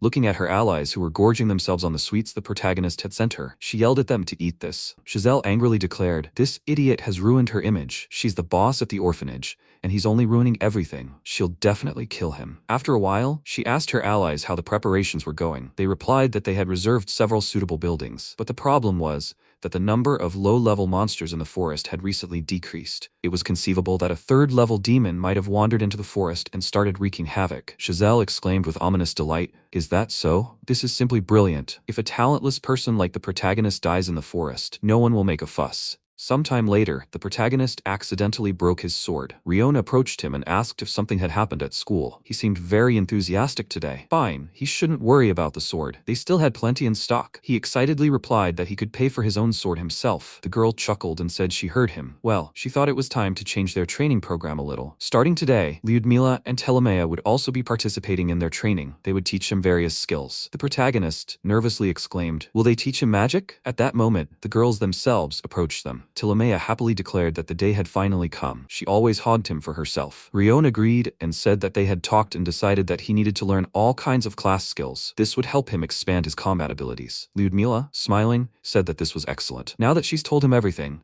they can begin their training. First, she wants to teach him lower wind magic. As he probably already knows, magic is the art of connecting his body's internal mana with the external mana of their world. To master all the elements, he needs to immerse his body in each one. Suddenly, she used wind magic and lifted him into the air, causing his clothes to fly off. MC nervously shouted, "What is she doing?" Lyudmila replied, "Let him remember this feeling." He needed to feel the connection between his body's magic and the magic of the outside world. Rione furiously shouted, "What the hell is she doing?" Telmia, watching this, happily said that when he trains with her, he can end up in his underwear. This will enhance the effectiveness of their training. He nervously shouted that she was lying. 2 days later, the protagonist used the Wind Strike skill and unleashed a devastating tornado. He joyfully exclaimed that it was incredible. So this is what it feels like to use offensive magic. Lyudmila, shocked, said he'd done a good job. Now he can use more tactics during battle. The main thing is for him to remember that while magic can be a powerful trump card against a strong opponent, it takes time to use. During battle, he should focus on studying the enemy and the battle, and when he sees the right moment, he can use this spell. After some time, they opened the protagonist's stats. Telmia, shocked, asked how that was possible. Lyudmila noted in surprise that he'd learned the low wind magic Wind Strike from her, and Telmia had taught him the skill Defense Reduction. Moreover, during their training, he'd acquired a couple of other skills as well. How was that even possible? They thought he was only capable of mastering the way of the sword, but now it turns out he can also master magic. They'd wasted only 2 days of his school vacation on this. How did he even manage to level up so quickly? Rione inquired about the item that could unlock advanced skills. Lyudmila replied that she'd ordered it and it should arrive in a couple of days. They wondered if they'll know what's happening with Cross. After a while, MC admiringly declared that his teachers were truly amazing. Just recently, he couldn't do anything,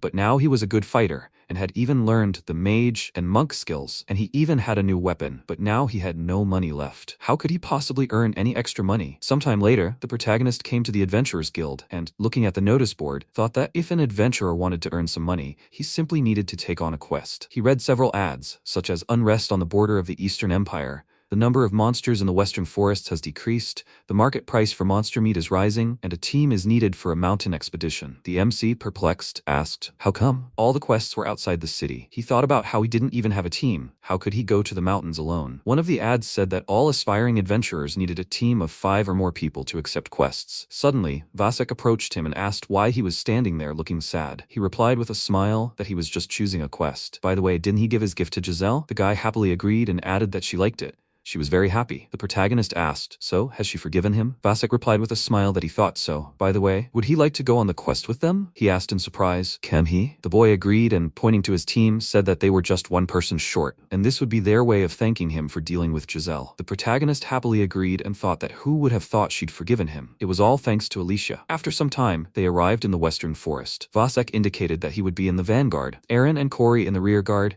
and Dadu and Cross would cover them. A ranger is essential for detecting monsters, and a water mage is their trump card against a strong enemy. Therefore, they must be protected first and foremost. MC excitedly replied that he understood. After that, they set off. After a while, he called out to him and asked if he was imagining things or if they were straying further and further from the path they needed. Vasek replied that everything was fine. There were fewer monsters in those areas, which meant that a powerful monster had appeared there and was devouring the others. That's why he decided to change their route. And as he told him before, as long as the ranger was with them, they had nothing to fear. They might only encounter monsters of a 2nd danger class here, or at most 3rd. and since there were 5 of them, they could definitely handle them. Many newcomers were afraid of this place, which is why they'd snagged this quest. He thought they should go as deep into the forest as possible. The protagonist nervously asked, are they sure they had to do this? After a while, they arrived at their destination. He was perplexed, noticing that the place looked as if there had never been any monsters there. Vasek apologized to him and said he should have thought twice about offering him this dubious quest. This wasn't a quest to hunt monsters, but a quest to hunt him. Suddenly, Jiselle jumped out at him with a sword. MC parried the blow in fear and asked, what's going on here? She asked, did he seriously not understand? She'd planned all this to destroy him. He asked fearfully, but why? He wasn't that weakling with 0 stats. He could fight now. He could become an adventurer. Jiselle exclaimed, his head still in the clouds. She couldn't care less whether he became an adventurer or not. He publicly smashed her image during that exam. Some unemployed level 0 humiliated her. She would never forgive that. The protagonist asked, and that's all? She furiously demanded, wasn't that enough for him? Let them destroy him. In an instant, all the adventurers pounced on him. Jiselle furiously demanded, did he even know how she felt when everyone looked down on her? Although he already knew it, if they continued to despise her, they could restrict her access to the training grounds. They could stop giving her good missions.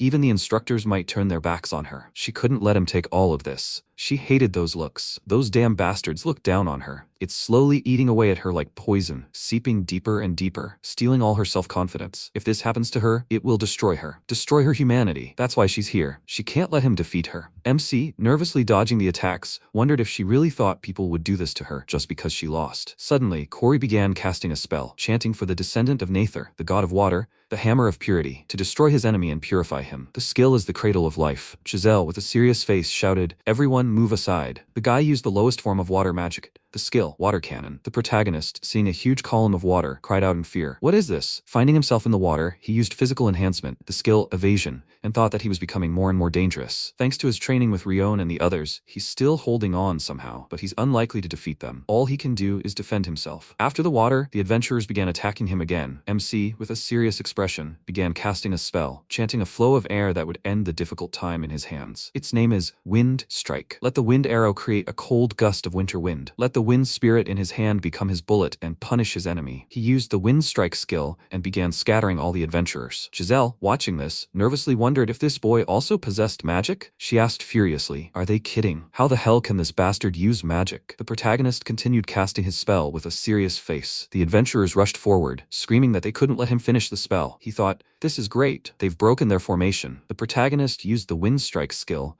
when suddenly the volley of wind simply froze in midair. He asked in fear, what was going on? Why was his magic frozen in midair? Jiselle said with a smile, who knew he was capable of using magic? Where did he even learn that? Although it doesn't matter anymore, he wasn't the only one hiding something. She turned his Wind Strike around and aimed it straight at him. MC flew into a tree and nervously asked what that was. Jiselle asked with a smile. He didn't know about her ability. Did he? It was her unique skill. Selfish fan. Let him use his wind magic on her. Or does he not want to anymore? He was so confident just a few seconds ago. He probably thought he could get out of this situation using his magic, right? The protagonist, with a serious expression, wondered if this was her unique skill. She could steal other people's magic. He nervously remarked that it was some kind of cheating. Jiselle, smiling, asked, is this him talking? A man with 0 stats. The protagonist thought that if it had come to this, he'd have to do it. He started using the skill again. She asked in confusion, is he an idiot? She said it was useless. Suddenly, MC used the Wind Strike skill and immediately cast a smokescreen, then began to run away. Vasek excitedly shouted that he was running into the forest. They need to catch him as quickly as possible, Jiselle replied. Let them stop panicking. He wants to defeat them one by one. Let them listen to her. He's not much stronger than them physically, but he's definitely weaker than her. He doesn't know this forest as well as they do, so they'll definitely catch him. The main thing is not to rush, but to split into 2 groups and surround him. Let them not let him escape from the forest. She nervously thought that if he managed to escape, they could all be expelled from the adventurers. Jiselle pointed out that Aaron should find him, and she would personally get rid of him. He began to use his search skill when suddenly he simply fell into horror. Vasek, seeing this, asked in bewilderment what had happened. Suddenly a powerful blow was heard, from which all the adventurers were blown away. They cried out in fear. What the hell happened? Jiselle, seeing that her comrades were unconscious, fearfully wondered what the hell was going on. Attack. What the hell is going on here? Suddenly, a huge stone lizard appeared on the horizon. She wondered in wild horror, how did this creature get here? It's a class 4 monster. Judging by the human level, it's roughly equivalent to level 28. But what was he doing here? She didn't believe that some group of low-level adventurers could provoke such a monster. Or maybe he was one of those monsters that attacked their city 2 months ago? But how did he survive all that? What should they do? How should they win? Vasek, seeing him, fell into complete horror. Jiselle furiously screamed at him to stop shaking with fear and get up. He needs to get ready right now. Let him take Aaron and Corey and carry them into the woods. Let them run as fast as they can and cover each other now. The guy burst into tears and, grabbing his comrade, began to run away, screaming. The girl, watching, after this, she said with a smile that she hoped they would be able to escape, but she doubted it. Suddenly, the monster ran and knocked her down. Jiselle worriedly thought that if she hadn't been so wounded, no, even if she were okay, she still wouldn't have been able to win. In that case, she needed to buy at least a little time for the guys. If they were saved, then her sacrifice would not have been in vain. At this time, the rest of the adventurers were fleeing the scene. Dadu thought that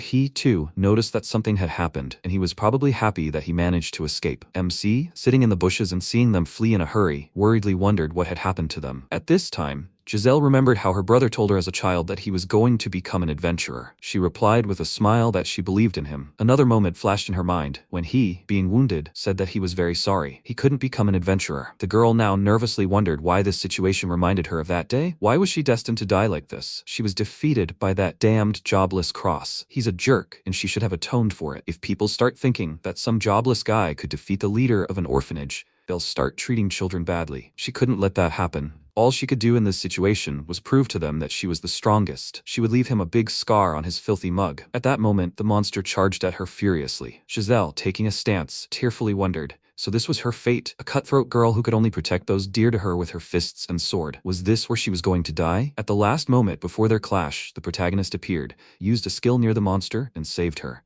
and then asked if she was okay. Let her try to get as far away from here as possible, and let her not catch the monster's eye. Giselle grabbed him furiously and shouted, "What the hell is he talking about? And why is he even helping her?" She tried to kill him. The protagonist, with a serious face, shouted that now is not the time to talk about it. He nervously thought that the wind blow had blinded him, and he crashed into a stone. And after that, he was still on his feet. This is a stone lizard warrior. Under normal circumstances, when a team of adventurers is stronger than a monster, they divide into roles and start attacking the monster. But she and Giselle were left alone. Even if her whole team was here, they still wouldn't have managed it. Fighting this thing is a pure end, and they couldn't escape. Then what should they do? Her leg is broken? Maybe he should carry her? The MC, with a serious face, grabbed the sword and shouted, "Let him attack." Giselle shouted furiously that he couldn't defeat him. At this rate, he'll die here. Let him run away from here quickly. The protagonist replied that he knew. With trembling hands, he thought that this wouldn't be like the battle with the Hydra, where his teachers helped him. If he loses here, he'll definitely die. He's scared, but even so, he has to do it, like she did in her time. He has to help such a strong adventurer like Giselle. He shouted that if he doesn't do it, he won't be able to look them in the eyes anymore. They sheltered him, saved him. That's why he admires them, and that's why he can't run away. MC, with a serious face, ran towards the enemy and shouted that he will fight him. He nervously thought about how big and fast this thing is. Now he needs to gather his magic into the blade and release it all at once. But he must also remember that aim is also important. Where should he hit? Maybe at the base of the neck, where the scales seem thinner. The protagonist tried to deliver a powerful blow, but didn't pierce the enemy. After that, he fell to the ground and, noticing that his sword was cracked, thought that it was too durable. Giselle, trying to get away, thought that this was expected. This monster is famous for its durable scales.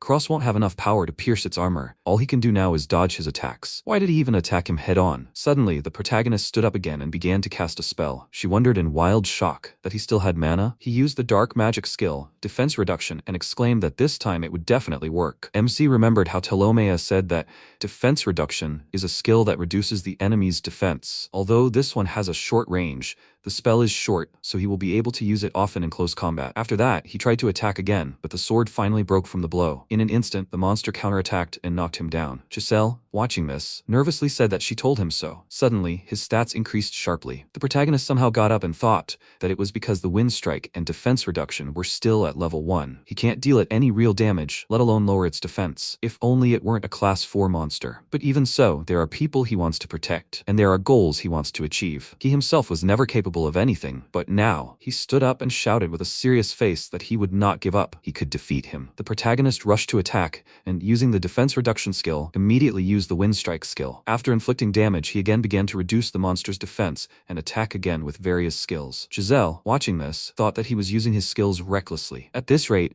he would quickly run out of steam. Suddenly, MC found a normal sword on the ground, and having grabbed it, somehow parried the monster's attack. After that, he began attacking the monster with his skills more and more often. Giselle, seeing this, was shocked and wondered, what is this? It was impossible. His speed hadn't changed. Why did his spells only grow more powerful with each use? Meanwhile, in the dean's office of the Almeria Royal Adventurer School, the girls discovered the protagonist's document. The paper stated that he had a special skill, the Pauper's Sincere Wish. Its effect was to increase the speed of skill learning and mastery. Telmia, shocked, noted that this skill could increase the growth rate of other skills. Was that really possible? Lyudmila, surprised, said she'd never heard of such a thing. But their world was full of unique skills with special effects. The Pauper's Sincere Wish, that was an incredible skill. Telmia asked, is this a skill even she hadn't heard of? Rione asked, if he had such a skill, then why was he such a loser? Sometime later, Giselle's battered group returned to the guild. Vasek shouted for help. Call for mid-rank adventurers immediately. A level 4 monster had appeared in the western forest. Assemble a strike team and destroy it. Lyudmila, hearing this, asked in surprise, level 4? What was he doing in the beginner's forest? Rione wondered if he had survived the carnage. Vasek tearfully shouted that Giselle and Cross were still in the forest. At that moment, MC remembered Rione saying that physical enhancement makes one feel as if one's entire body is overflowing with magical power. To increase his speed, he should apply mana to his legs, and to increase his attack, he should channel magic into his hands. To properly use Slash, he should imagine his weapon is shrouded in magical power. He also remembered Lyudmila saying that he needs to concentrate his magic in his palm. If he succeeds, the wind will turn into a bullet that will strike his enemy with lightning speed. Telmia said with a smile that the most important thing in dark magic is a strong desire to kill your enemy. The protagonist lowered his opponent's defense again and continued fighting. Giselle, watching this, was shocked, wondering how he did it. It was as if this battle was made for him alone. During the battle, all of his stats increased at an incredible rate. After delivering another series of blows, the protagonist thought he hadn't even managed to scratch him. Giselle nervously thought that no matter how strong he had become, he was still a low-ranking adventurer. He wouldn't be able to penetrate this creature's armor. He mused with a serious expression that thanks to his training with his teachers, he had become stronger, but he wasn't sure he could defeat this monster. Suddenly, the monster launched an incredibly powerful volley of fire at him. Giselle used her selfish fan skill and, copying his technique, said she didn't know how he could gain such power so quickly, but he'd forgotten one important thing. Her magnificent magic was also capable of so much. MC, in shock, asked if she was okay. The girl replied that now was not the time for that. They hadn't defeated the monster yet. They combined their powers and created a huge fire tornado. Giselle tossed him her sword and shouted for him to run forward. He grabbed it and began attacking his opponent. With one fiery strike, the monster was finally wounded. The protagonist joyfully shouted that they'd done it. She replied that he was still alive. At that moment, while his back was turned, the monster tried to attack him from behind. Giselle jumped on him at the last second and saved him. The monster missed and ran away. She tearfully asked what he was doing. She had used her magic on him. She begs him not to let him die before her eyes. MC remembered asking the city's hero if she wasn't scared. The girl replied that she was scared, but that's why she trains. Hard work pays off. He said now that if each of his skills is weak individually, then he just needs to use them all at once. The protagonist used physical enhancement, body strengthening, and evasion. He began using the skill and thought about how he would cast the wind spell with his voice and the defense reduction spell in his head. He had to give it his all. He had to use everything they taught him right now. Suddenly, as the protagonist used all his skills simultaneously, dark energy formed around him. Giselle, watching this, wondered in shock. Is this another spell? No, it's something else. Wait, the wind shot and defense reduction combined? That simply couldn't be happening. He had combined light and dark magic. Could this really be a unique skill? At that moment, a new line appeared in his stats, indicating that he had acquired the skill Aegis Shot. MC used it on the monster, momentarily creating a fatal weak spot on its body, and then delivered a finishing blow with his sword. Giselle, watching this, was shocked to think that just a month ago he had been so weak and incompetent with a jobless class. No matter how much she beat him, no matter how much she mocked him, he continued to rise. Strength, character, level 0. Cross wasn't born to be an adventurer, but he had won. The monster fell to the ground from such a powerful blow. The protagonist joyfully grabbed her hands and shouted that they had done it. They had managed it and were able to defeat this monster together. The girl, surprised, thought that was not true. He had defeated it alone. And what was that skill just now? Had he really forgotten that just a few minutes ago she had tried to kill him? Why didn't he run away? And why didn't he abandon her? She nervously pulled away and screamed for him to stop holding her hands. MC apologized nervously and stepped aside. Giselle said that, although now was not the time, they still needed to butcher this thing. If they were suddenly surrounded by other monsters, they would use his claws as weapons. At that moment, the guild masters rushed to the scene. Rione angrily asked, was Giselle trying to get revenge on him this way? She thought the test was a good idea, but she never imagined something like this would happen. Let Lyudmila tear the forest apart with her 4th level magic. Telmia remarked that if he was mortally wounded, she would heal him with her magic. Lyudmila screamed, wondering if she'd hit Cross. She nervously wondered if even a mage would take time to search the entire forest. The girl used external magic perception and shouted that he was there. When they arrived, they saw the protagonist and Jiselle lying on the monster's head. Rione cried out excitedly, "Is he okay?" Telmia, in tears, cried out that she would heal him now. Lyudmila exclaimed in surprise, "Is that the head of a stone lizard? He managed to defeat it?" The protagonist, seeing them, said to heal Jiselle first. After that, he immediately lost consciousness. Telmia, grabbing him, shouted that she had cured him. Why did he lose consciousness? Lyudmila exclaimed that they needed to use a potion. She would perform mouth-to-mouth resuscitation. Rione furiously grabbed Jiselle and asked, "Is this how she got revenge on him?" The girl, frightened, wondered what kind of women these were. They were far more dangerous than that monster. She, too, fainted in fear. Telmia screamed in horror. "Why won't he open his eyes? Just don't let him tell her he's dead." Lyudmila, holding the flask, excitedly asked if he should try the potion. MC thought he was very tired. He wondered if he had become stronger. Was he even one step closer to becoming a hero? A person who could save someone in their time of need. Sometime later, he woke up in bed. The teachers, seeing him open his eyes, excitedly called out how he was feeling. The protagonist, perplexed, wondered what was going on. Was he really alive and at home? He suddenly came to his senses and asked if Jiselle was okay. Telmia replied that he shouldn't worry. She was fine. She had healed her. Lyudmila said that after she told them everything, they sent her back to the shelter. Rione added that the guild had also sent a research team to that forest, and they hadn't found any other dangerous monsters. The protagonist sighed with relief. She smiled and remarked that he only ever worried about others. Lyudmila, with a serious expression, said it was time for them to get to the main point. Had he fought this boss? He agreed, and she thought the monster's head was proof that Cross had defeated a level 4 monster. Rione thought it seemed his hidden skill allowed him to become much stronger during a life-or-death battle. Telmia thought it was an incredible victory, but she needed to talk to him about it, so he wouldn't get too confident. The protagonist joyfully exclaimed that he had defeated a level 4 monster. Of course, Jiselle helped him, and he used everything they taught him. His skills grew stronger, and he even gained a new ability. He knew his teachers were amazing, that someone like him could defeat such a monster. It was all thanks to them. They were the best teachers in this world. The girls wondered if they were planning to talk to him, so he wouldn't get too cocky over this victory.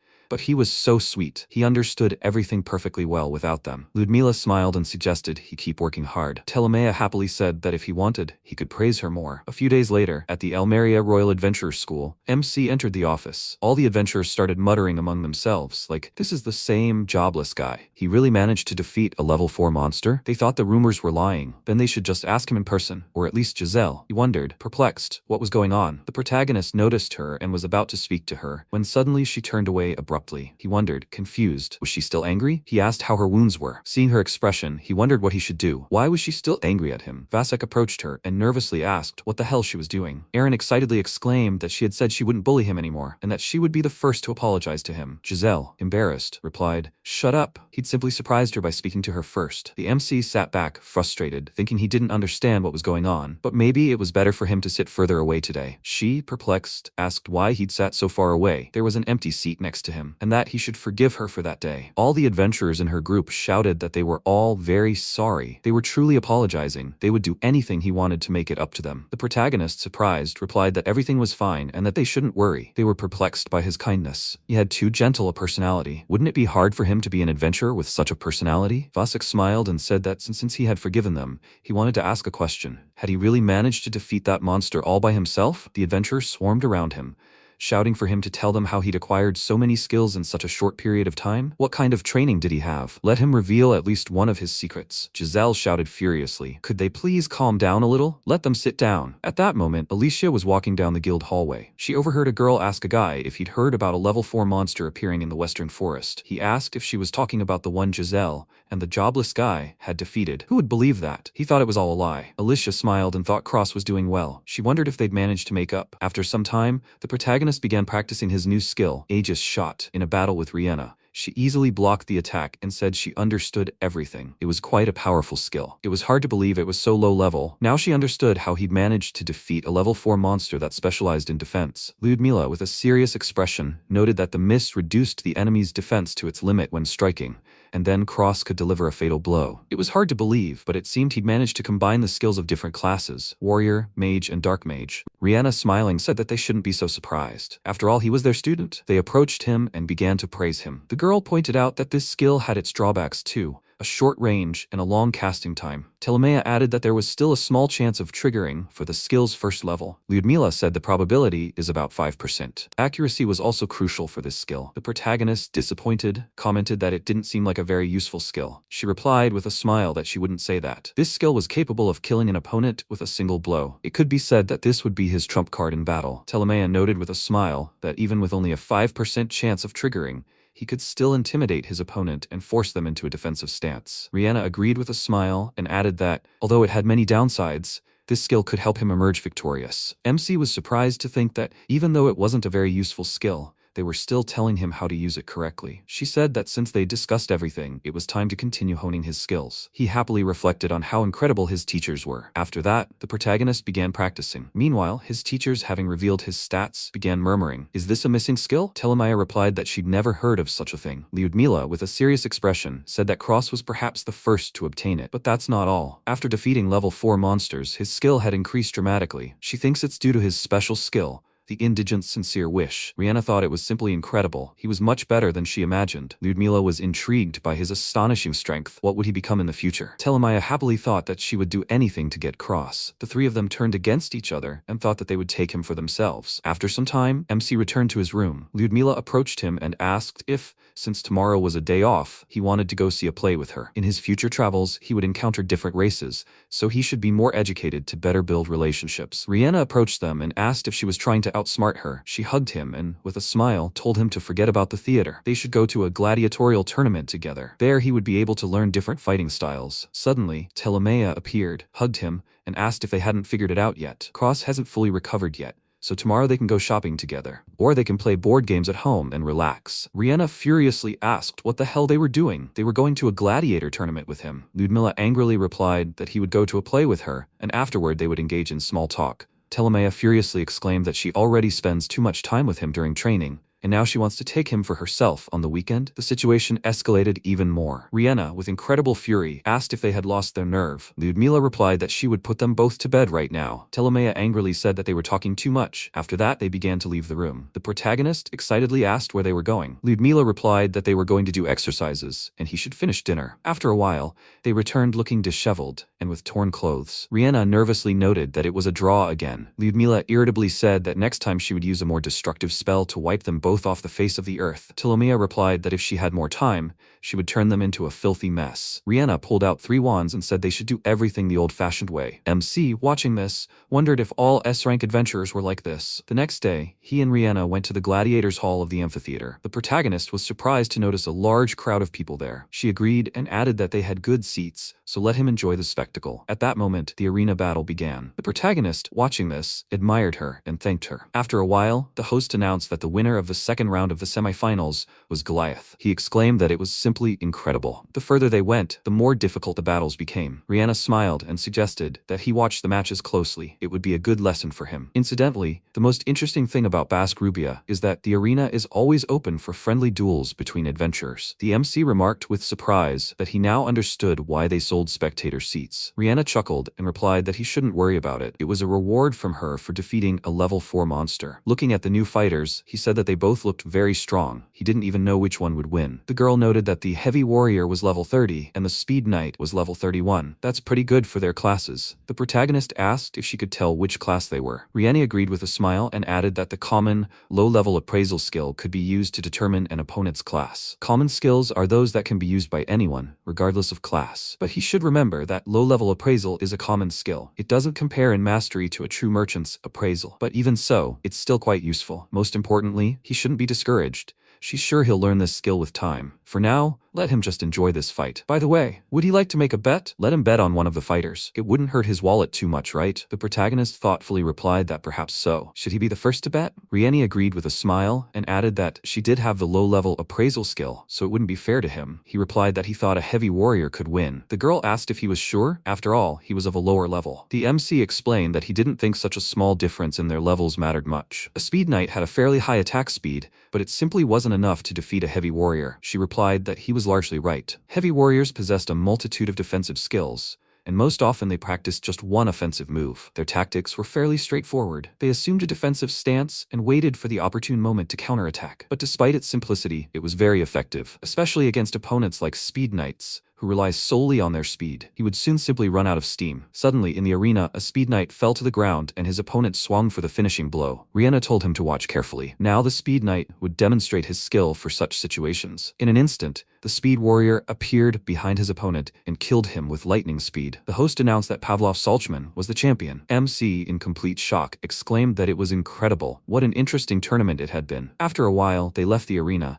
and he added that their skills and tactics were simply incredible, and her explanations were so clear. He'd love to come here with her again sometime. Rihanna sheepishly agreed, thinking how sweet he was. She handed him the food and told him he could finish the meat. The protagonist replied that he'd lost the bet, after all. The girl told him to forget about it. Let him eat. It's gotten so hot in here. After some time in the waiting room, Richmond congratulated him on his victory. He'd shown a good result. Salchman, kneeling before her, thanked her. The girl added that factional disputes among the nobility had already begun. Therefore, they, House Richmond, should not fall behind in expanding their influence. She would be the first to demonstrate her power, and thereby expand their territory. Her bodyguard asked where she planned to participate next. Cata, pointing to a flyer for an air slime extermination contest, replied that to fully demonstrate their power, they needed to choose a suitable competition. How about that? The next day, the protagonist, in the guild building, was thinking about how much fun yesterday had been. Jiselle called out to him and asked, "He needs cash, right?" He nervously asked how she knew about that. She replied that the other orphans had told her. The MC nervously replied that that was true.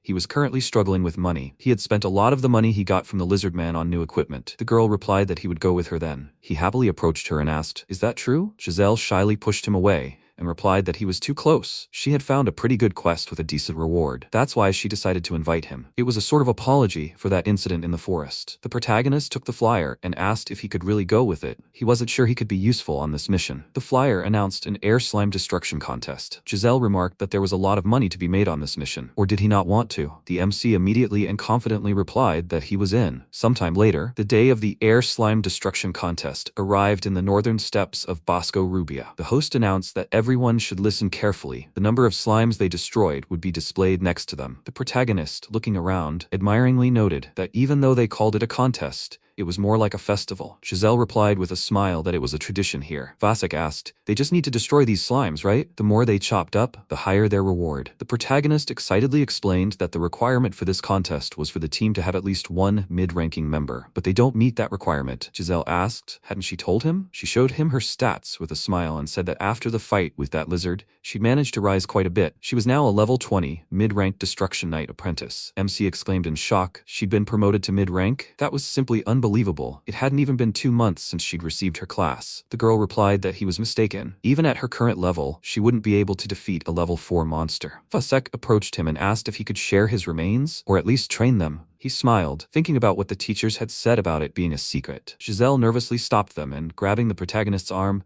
told them they needed to move away. He was supposed to keep it a secret that he was being trained by these monsters. So why the hell was he continuing to avoid giving these idiots a straight answer? Just let him say he wouldn't train them. He asked in surprise how she knew that. The girl replied that she'd been through a lot while he was unconscious. MC remembered Lyudmila's words and wondered what they'd told him about Jiselle saving him. He apologized and thanked her. She blushed deeply and replied that he shouldn't misunderstand her. She just didn't want them to finish her off. It was dangerous, and she didn't want to become their target. The protagonist said he was still glad. It was their little secret now. The girl blushed deeply and agreed. He asked, perplexed, if she was okay. Jiselle exclaimed, "Let him forget it. Let him better tell her why he has money problems. He managed to defeat a level 4 monster just a couple of days ago." The protagonist explained that he'd left the monster's corpse with his teachers. After all, they cook for him, teach him, and all that. She replied that she understood everything now. Suddenly, one of the adventurers shouted that they were here. In an instant, a huge number of air slimes appeared in the air. Danger level 2. During migration, they form a large flock. If they discover human settlements during their flight, they will attack and destroy them. Despite their cute appearance, they are very vicious creatures. Jiselle armed herself and shouted, "Get everyone ready. They must stick to their plan." All the adventurers prepared for battle and began casting spells. They combined their skills and began fending off the slimes. At that moment, Jiselle ran into the thick of the battle, slaying monsters with her sword, shouting that the fun was beginning. A fierce battle began, and the adventurers began reporting how many slimes they had killed. MC, hearing this, smiled and thought,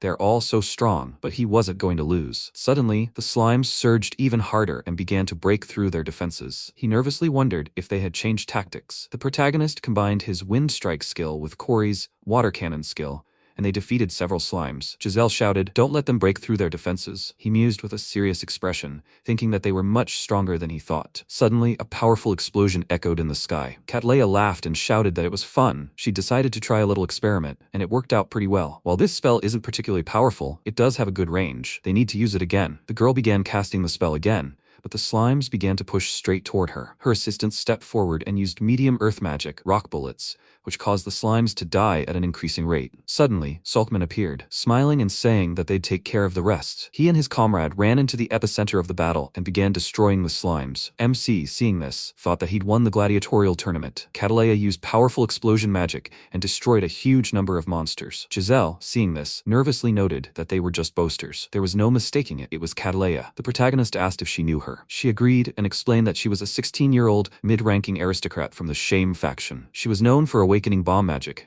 a dual mage. He asked in surprise how she could be so powerful at 16. Jiselle replied that she didn't know, but she had an abnormal growth rate. They had awakened dual mages before, but no one had been able to develop so quickly. Aristocrats have a lot of talent, that's what people usually say. MC asked how she knew so much about her. She asked, perplexed, was he stupid? Everyone should know the aristocrats to be able to protect themselves. After all, the descendants of heroes come here to find their soulmates. That's why so many aristocrats had gathered here, all trying to demonstrate their strength and take a higher place. He asked what she meant. Jiselle took the sword and shouted that they didn't have time to chat. After a while, the competition ended, and the host announced the results. Team Richmond took first place. They defeated 2,628 slimes. Cata herself happily said it was expected. Vasek, seeing this, said she was right. Dadu nervously noted that her team had 3 mid-ranked bombardment magic users. The other 2, he thought, would be stronger than Jiselle, and the rest were as strong as a rock lizard. Corey added that that's why they dealt with slimes so easily. After a while, Jiselle said she didn't know when the next slime-slaying competition would be, but that didn't mean they shouldn't prepare for it. They should continue training together, because today they should have realized how poorly they worked together. If any of the swordsmen were defeated,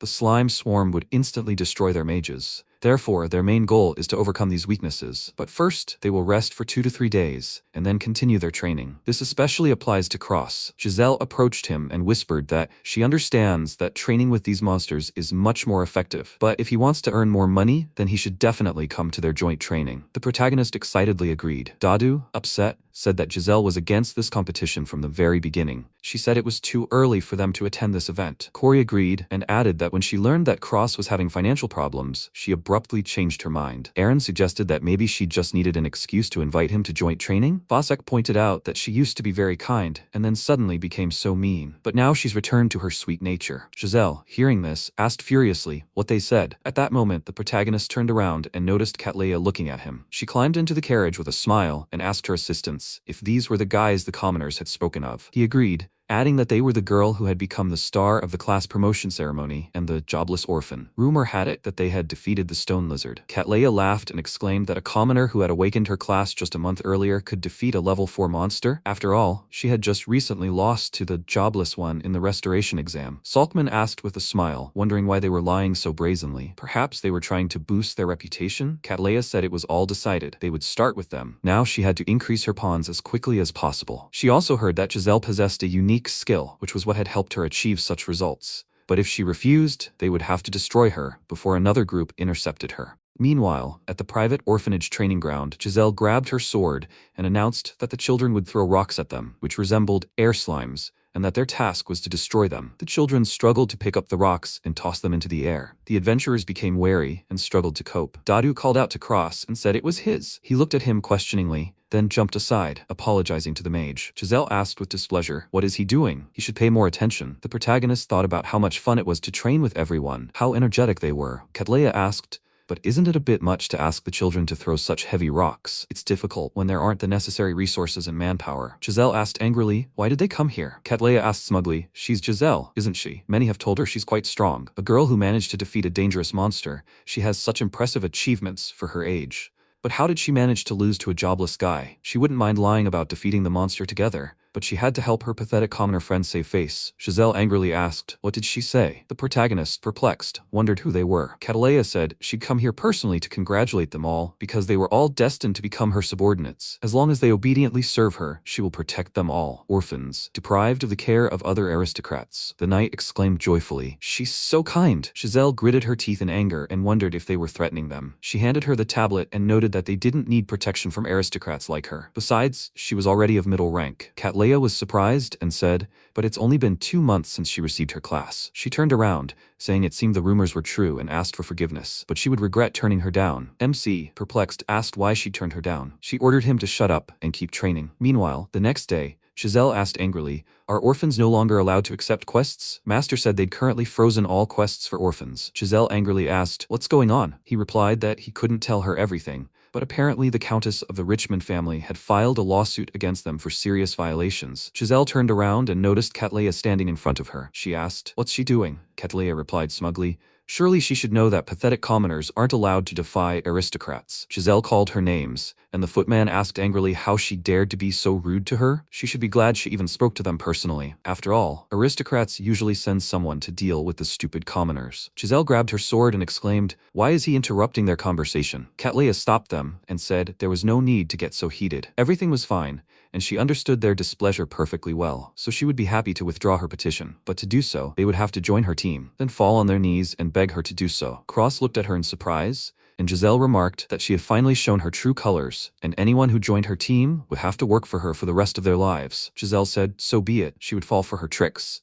So she challenged her to a duel. If she wins, she'll withdraw her petition, and if she loses, she'll join her team. Cata noted with interest that this was already interesting and should be done by her rules. Taking into account the time it takes to submit an application to guild leadership and preparation, it would take about 2 weeks. As for the format, how would she feel about arranging a 7-on-7 battle? Jiselle exclaimed contentedly, wonderful. They'll crush them. Cata said it could be called a self-proclaimed victory over the level 4 commoners. The protagonist called out to her and asked fearfully if maybe they should talk and call it off. Jiselle angrily ordered him to shut up, saying it was all his fault. They didn't really care about them and just wanted to demonstrate their power by expanding their influence. The protagonist remembered her words and thought. Then she said, you need to know the aristocrats to be able to protect yourself. Jiselle replied that she would tell him what was really going on in their city. As he already knew, for years the descendants of heroes had been coming here to find worthy mates, and for this reason, influential people had begun to flock here. If they, the nobles, could make a name for themselves in Basubia, they would rise even higher. MC asked if nobles enjoyed governing and expanding their territories,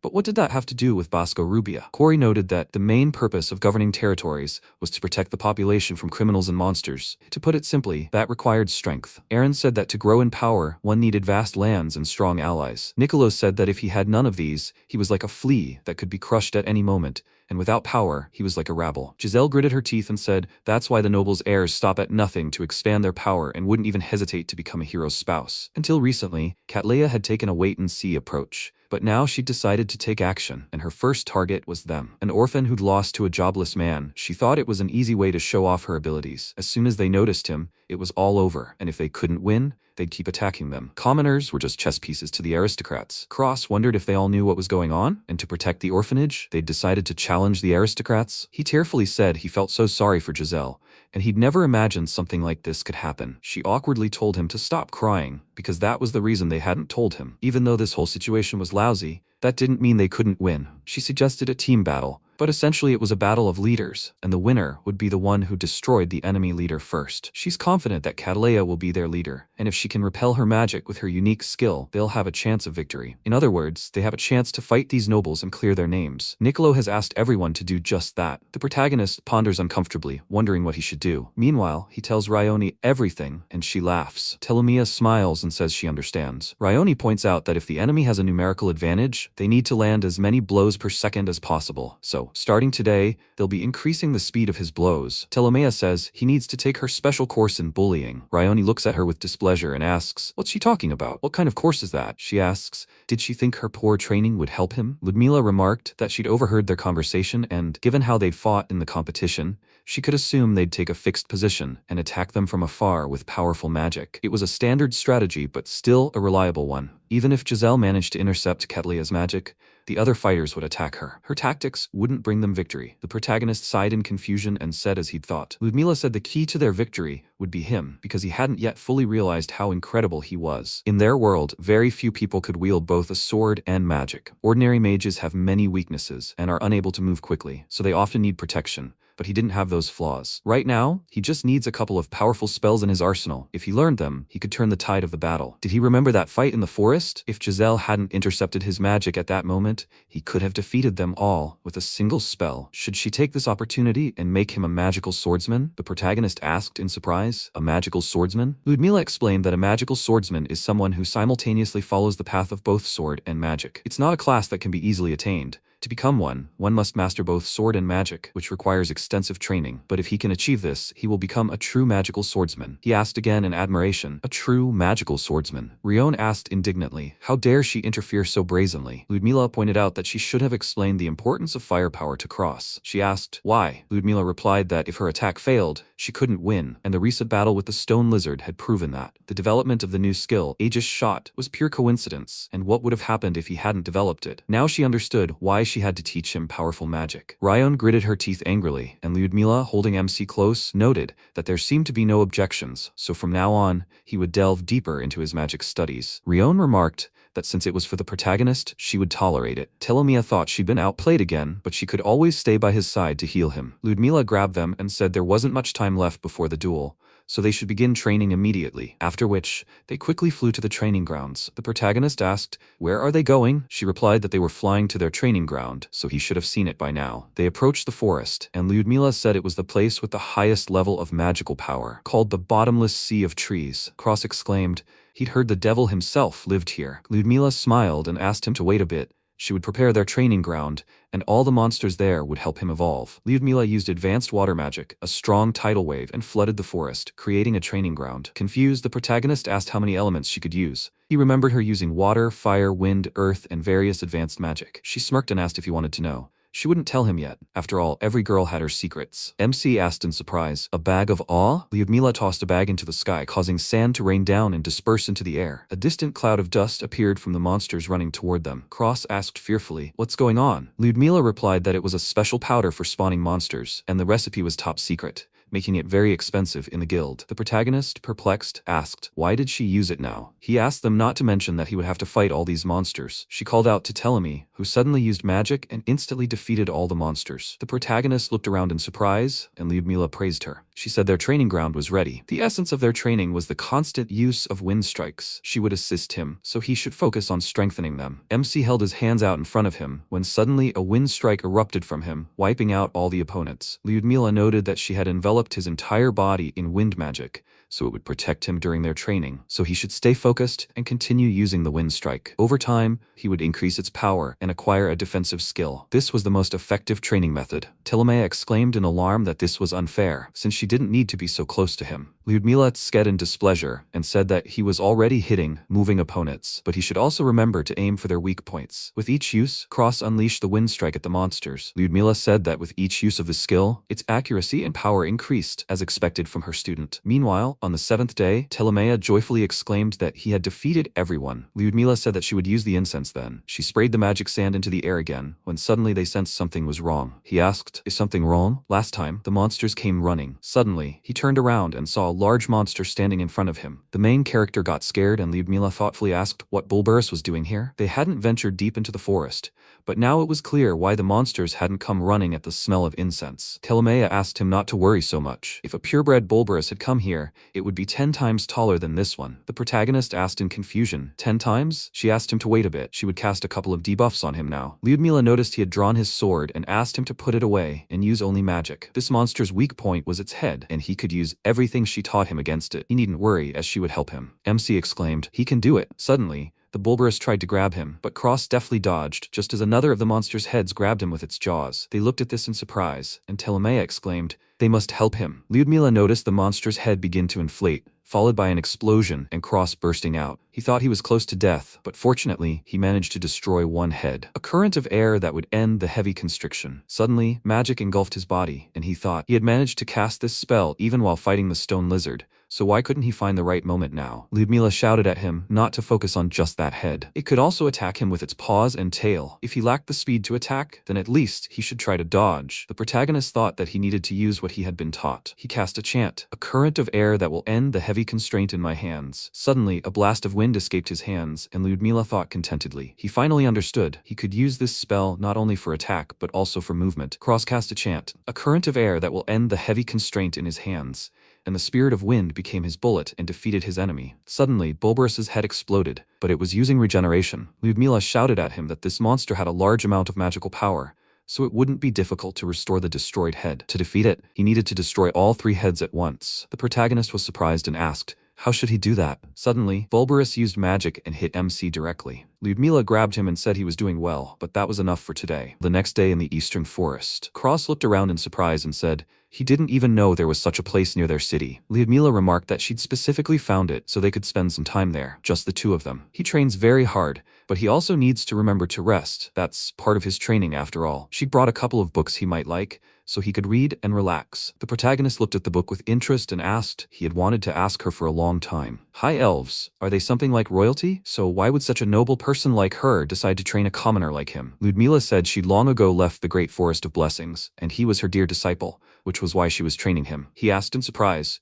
she left home? The protagonist apologized. He shouldn't meddle in other people's affairs. She said she was similar to him in some way, different from everyone around her, and had neither friends nor mentors, so she was sure that if he went through all these difficulties, he would be able to gain new strength. Lyudmila asked him to leave the heartfelt conversations for later, and for now, they would just read books. Sometime later, on the training ground, Mac fought Bulberus again. He cast a spell, calling for a current of air that would end the heavy tension in his hands. Cross thought about hitting all 3 heads at once, and he did. The protagonist asked the spirit of the wind to become his bullet and defeat his enemy. Strong currents of wind struck the enemy. Bulberus used a magic circle and fired directly at him. Telmia exclaimed, it almost worked. The protagonist cast a spell and rushed toward the enemy, thinking about how quickly he regenerated. He stopped near Telmia and apologized for having to save him every time. She told him not to worry, he'd almost won. Lyudmila remarked that was enough for today and suggested they all go home and rest. The protagonist, perplexed, said that there were only a couple of days left until the duel. She said his body needed rest, because no matter how strong his healing skills were, if he continued like this, his body would reach its limit. Only with rest could he become even stronger. He probably wouldn't calm down, so they could come up with something and take a short break,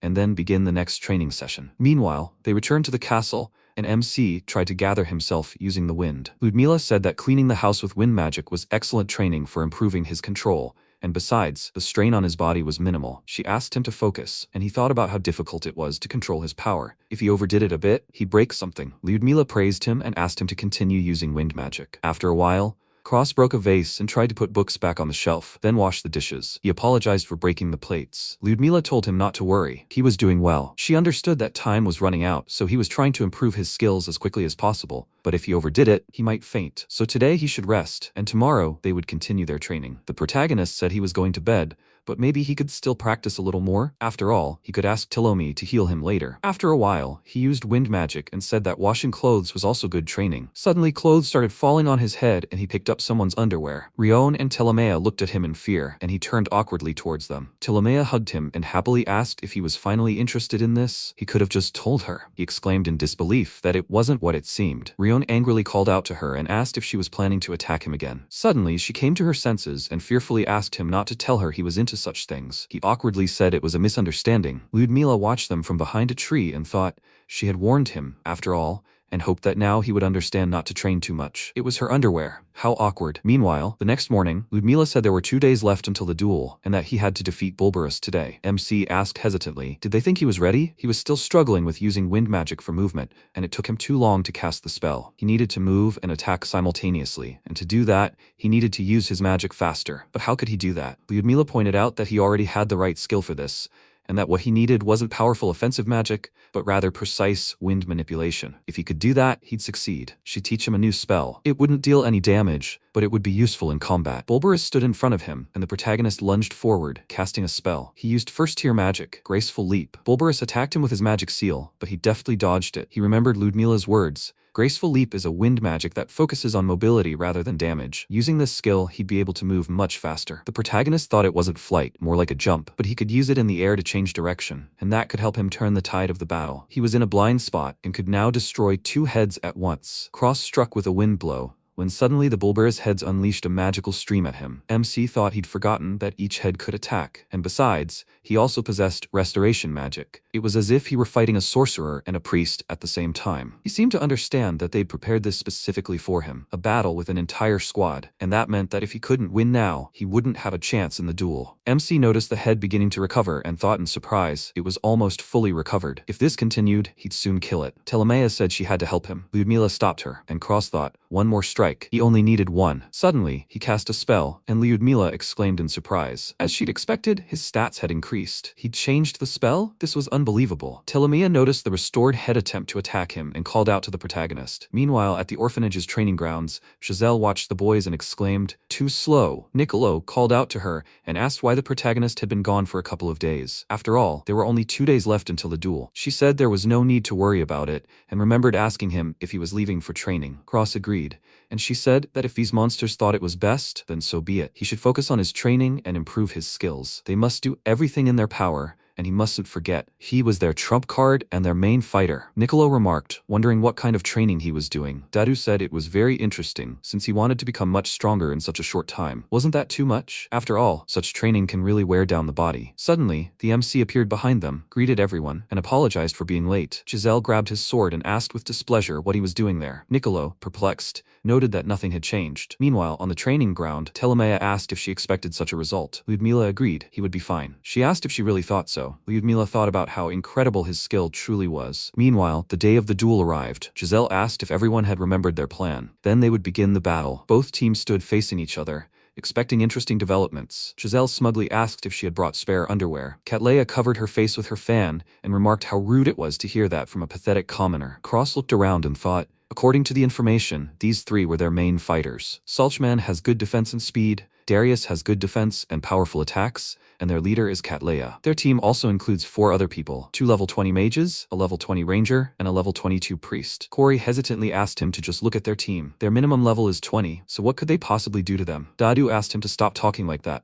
It was too early to give up. The host asked everyone to gather. He would now explain the rules of the duel. This entire forest was their arena, and the entire environment was specifically created for their duel. So if one of them received a fatal blow, a saving card would immediately activate. Dadu called out to Jiselle, and she told him not to worry. This would definitely be a battle of the leaders. The host noted that if someone's card changed color, it meant they had lost. And now, as for the duel, it was a battle of annihilation. The winner is the one who destroys the opposing team the fastest within the allotted time. Jiselle was surprised and asked with displeasure, a battle of annihilation? What's going on? They were supposed to have a battle of leaders, and what was the time limit? The host said that if no one makes it within the allotted time, he would count it as a draw, thus canceling the match. Nicolo asked angrily, why were they doing this to them? Cata asked her to remember that if this happened, they would still be banned from accepting guild quests. Jiselle thought with displeasure. So she'd been aiming for this outcome from the start? Was that why she wanted to make it official? They love to bully the weak, but at the same time try to save face in public. She smugly said that they were nobles, real cowards. Cata smugly replied that she didn't understand what she was talking about,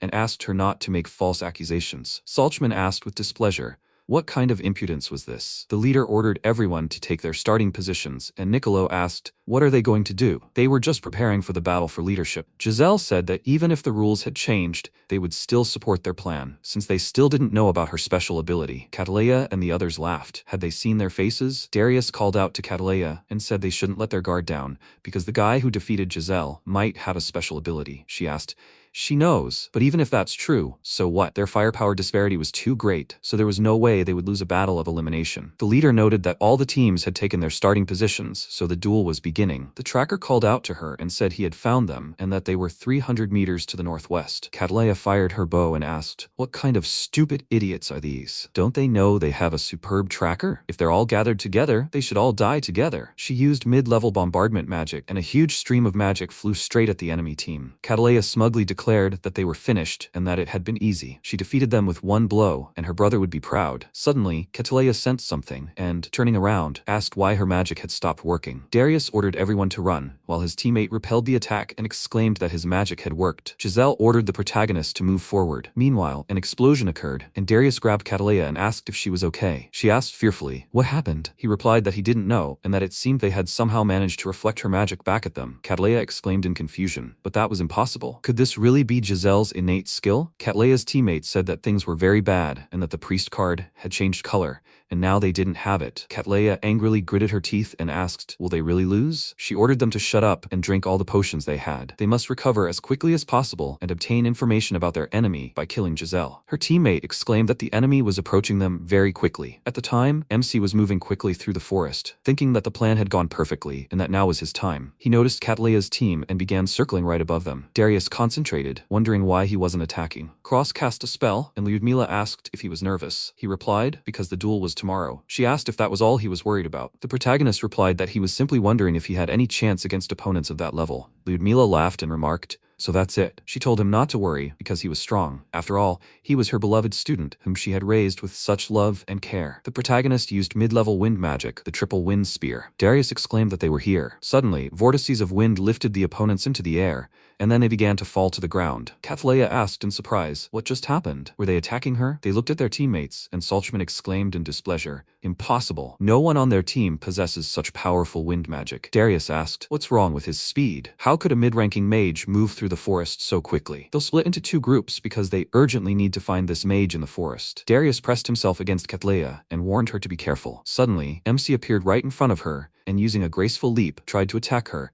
but Darius blocked his attack with his sword. Cataleya asked fearfully, "What's going on? Where did he come from?" The protagonist, perplexed, wondered how he managed to block his attack. She exclaimed that she realized he was just bait. These pathetic idiots were using the most common tactics. And then she ordered Darius to deal with him. He threw the protagonist aside with all his might and ordered the others to protect Cataleya. She angrily asked, "Why? He was just a weakling." Darius said he was much stronger than she thought, especially his mana level. He can't even imagine how he managed to do this without a class, but he poses a serious threat, so they must deal with him as quickly as possible. Salchman asked, "What is a classless person doing here?" Darius said they would talk later, and now they must deal with him. Salchman asked with displeasure, "What is he talking about?" He used body tempering and evasion, but MC deftly dodged the attacks. He asked in surprise, "Is he really classless?" Cross thought it was just as Rione said, fast opponents would be problematic for these knights. Darius asked, "What is he trying to achieve by running?" The ranger called out to Darius and said that the other orphans were running towards them. He thought, so he's trying to buy them time? Now they have an opportunity to win. Darius called out to Cataleya and said that they urgently need to regroup. He ordered Salchman to take care of this,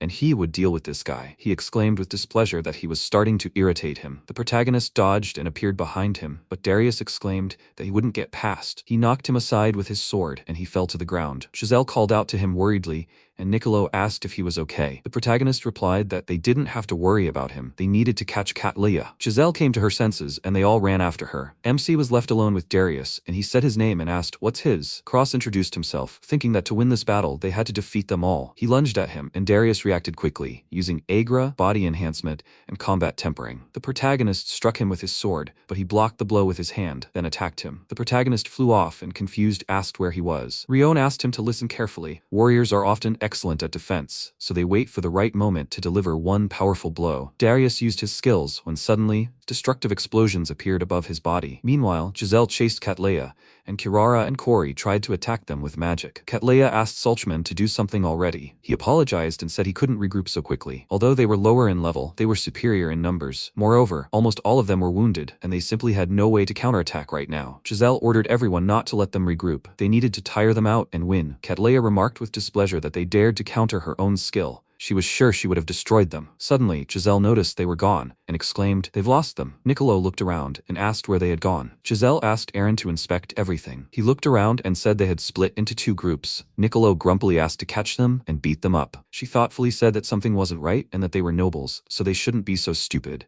Maybe they were planning an ambush? What kind of game were they playing? Suddenly, huge rocks began rolling toward them, and Jiselle used a skill to split a stone in half. A few seconds later, she rose from the ground and asked if everything was okay. Aaron called out to Carrara and Niccolo, and Jiselle noticed that they were unconscious. She asked how they did it, two at once. Did her magic really not work? Corey noted that, judging by the tags, they did not receive damage. Aaron called out to her and asked if, since they were able to use magic, they must have figured out how to counter her skill. Meanwhile, Salchman laughed smugly and exclaimed that reflecting magic wasn't such a useful skill. Cattleya said so, and he's smart. They can return their magic to them, but everything has its limits. Salchman said that it seems if they use more than 2 strong spells against them at once, they won't be able to intercept everything. Cattleya exclaimed happily. Now that they know this, they can win. The main thing is to be careful not to get hit by reflected spells. She ordered them to attack from 3 sides. Suddenly, Corey noticed the attack and said that they were attacking again. Jiselle used the reflect skill again, and the stones flew aside. She thought about protecting them, but she lacked the strength to counterattack. Since the skill requires a lot of mana, will they be able to hold out until Cross arrives? Meanwhile, Darius looked around and MC asked where he was going. His card color hadn't changed yet, so they could continue. Darius struck the protagonist with his sword and said that he was strong, but he was a nobleman's servant and also an adventurer, so he couldn't afford to lose. He used Crushing Rock and sent him flying, but MC dodged and used Graceful Leap. Suddenly, Darius appeared in front of him and attacked him with his sword. He swung his leg and sent him flying, after which Cross realized this skill wasn't meant for dodging, but for capturing the enemy. But no matter how many times he used it, he couldn't defeat him. Darius used a sentient rock lizard and said that he had good close combat skills as well as mage spells, and everyone said he was jobless. But somehow he managed to defeat Jiselle. They were told to take him seriously, but to them it was like a joke, but now he was going all out. The protagonist thought that if their battle dragged on, he would lose. He cast a spell, and Darius thought he decided not to dodge, but to attack. He thinks this will work. He rushed at him and ordered him not to underestimate him. Did he really think he'd let him complete the spell? The protagonist thought about aiming for the solar plexus. He remembered Lyudmila's words. If his opponent tried to interrupt his spell, they'd try to attack his face, throat, or solar plexus. Therefore, he must carefully watch the enemy's sword movement. He looked at his sword. He saw it. Suddenly, MC slashed Darius across the neck with his sword, and he fell to the ground. He asked, so that was bait? And his final blow, where did a newbie get such power? Cross cast a spell, and Darius glared at him. Where did that monster come from? He used a triple wind spear and directed its power at the enemy, striking him. The protagonist caught his breath and, looking forward, looked in surprise at Darius standing. He's no longer in a condition to fight, and he's about to hit him. The protagonist noticed him pass out and asked, did he pass out while standing? He joyfully fell to the ground and exclaimed, he really won. He actually defeated a mid-ranked adventurer in a one-on-one fight, and it's all thanks to Lyudmila. But he needed to get to Jiselle and the others. Meanwhile, Jiselle used a reflect attack and started to choke. Aaron called out to her. She's at her limit. Dadu noticed that he was attacking them. She stopped him. If he did, they'd crush them, Cattleya said contentedly. So they just need to keep attacking. She would show her the difference in their strength, and she would learn the true power of nobles. She would regret ever challenging her. Cattleya summoned a magical stone cannon and fired energy straight at them. Corey exclaimed, they're attacking again. Jiselle parried the attack and said, their ranger is giving them their location. The problem is, theirs is mid-ranked and theirs is low-ranked, so Aaron can't pinpoint their location. They're simply too far away for detection, and the difference in rank plays a role. She didn't know there would be so many problems just because they couldn't pinpoint their location. Corey added that if they couldn't come up with something, her mana would run out soon. Aaron asked if there was any way out of this situation. Jiselle looked at them and said it was too dangerous, and it looked like they'd have to wait for Cross. Aaron suddenly hit her and said disgruntledly that their chances of winning weren't great from the start, so she shouldn't forget that she and MC aren't the only ones fighting this battle. She could use them as bait or shields. Dadu asked, is that right? Niccolo awkwardly agreed, and Jiselle said she wasn't sure that would work. The mage called out to Salchman and said he had finished the spell. He replied that they wouldn't give them time to catch their breath. The ranger said they were still in the same place and should attack in 5 seconds. The mage released a stone from his magic seal and said they needed to change positions. Suddenly, he noticed the stone in the sky and asked, did it return? They decided to try attacking them. Suddenly, Dadu and Corey were sitting on the stone. Niccolo exclaimed in fear that they would definitely die. Dadu asked him to be quiet or he would bite his tongue. The stone landed on the ground, and the mage peered out from behind a tree to make sure it was safe. He noticed the black tags and asked in bewilderment, are they idiots? Did they want to launch a surprise attack and end up dead? He laughed and remarked that they needed to finish with the others quickly. Suddenly, Dadu appeared behind him with a sword, but the mage dodged. He looked at them in surprise and asked, how did this happen? Corey asked if he wanted to know why they could move despite their black tags. The mage exclaimed, that's impossible. Dadu pulled out his tag and he asked in confusion why they had 2 of them. Corey added that no one had stopped them from taking their comrades' tags, and now they could fight. Meanwhile, the others were moving through the forest, and Aaron asked if they had landed safely. Jiselle noted that she had controlled the stone until the very fall, so they should survive. She noticed the mage in front of her, and grabbing her sword, told him to get ready. They will defeat him with ease. Cata asked with displeasure, "What's taking so long?" She couldn't maintain her spell forever. The ranger apologized, but he didn't know what had happened, since they were all silent. Why were Vigo and Yale silent for so long? Salchman said that then they needed to attack immediately. Suddenly, Jiselle and the others appeared before them. They looked at them in fear, and Salchman asked how they got here. She added contentedly, "Finally, they found them and put their friends to bed." Salchman stepped forward and asked Cata to step aside. She asked how this could have happened. They had been suppressing them just a moment ago. Jiselle asked how stupid they were, and thought she hadn't yet come up with a plan, and her magic could only intercept 2 spells. Now she had to try to defeat one of the mages, and if she succeeded, they could turn the tide of the battle. It was good she hadn't sent those 2 here. They would have surely lost. So it was time for the final battle. Salchman called out to Cata and said they must run, as Darius should have won by now, so they should find him and stay with him. He would definitely protect them. Cata refused. They all needed to be close. The ranger exclaimed that they had to leave. Jiselle asked angrily, "What, she's running away? They have to stop them, and if they escape, they will be in trouble again." Salchman said he wouldn't allow it and used magic, defeating Dadu and Corey. He said the man was strong, after which Salchman glared at them and said he had to protect them, but when Darius returned, he could finally get rid of them. He would soon do them that honor if they waited. Suddenly, the ranger flew past them and fell to the ground unconscious, and Cross appeared before them. Salchman asked in surprise why he was here and where Darius was. He didn't believe it. He couldn't lose. How could this have happened? He blocked the passage to Cata and ordered her to run. She pointed out that then she would be alone in this forest. Jiselle said she wouldn't let her escape, and their blades touched. She said that Cross shouldn't let her escape, and Cata started crawling away from there. She didn't want to lose. The protagonist cast a spell and thought that he would probably want to interrupt it, like Darius. He noticed that Salchman was standing still. Wasn't he attacking? He used a triple wind spear and launched it straight at the enemy, when suddenly, Salchman was right next to him. After all, he was that speed knight, so he should be able to dodge his magic. Jiselle smiled contentedly and used a reflection skill, after which the protagonist's attack hit him right in the back. He swung his sword and Salchman thought he didn't show his trump card. He quickly held his sword out in front of him, when suddenly,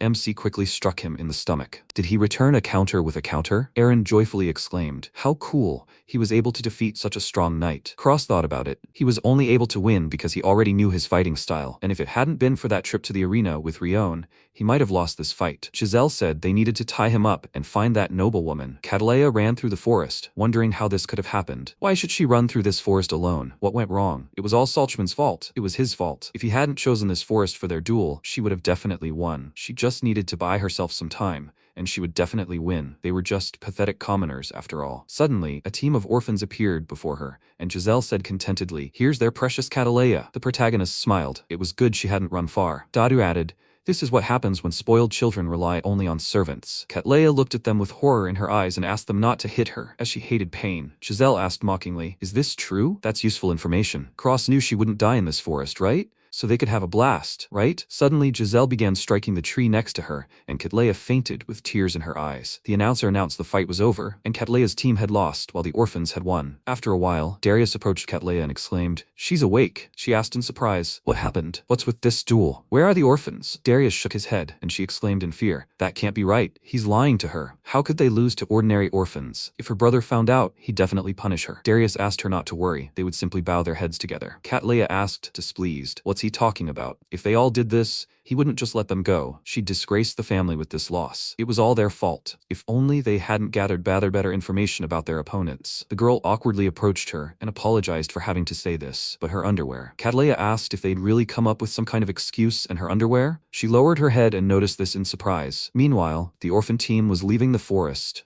and Cross stopped, looking back. Niccolo called out to him and asked what was going on. He looked over at where the opposing team stood and bowed. Suddenly, Darius noticed him and smiled at him, telling him they should learn a lesson from this. Salchman happily agreed. They were servants of the Richmond house after all, so no matter what problems arose, they would always follow Cata. After some time, the protagonist arrived at the castle and thought, for some reason it seemed like a very long time had passed. Lyudmila met him and said, "He's finally back." Rione happily noted that he was able to defeat the aristocrats. After all, she trained him.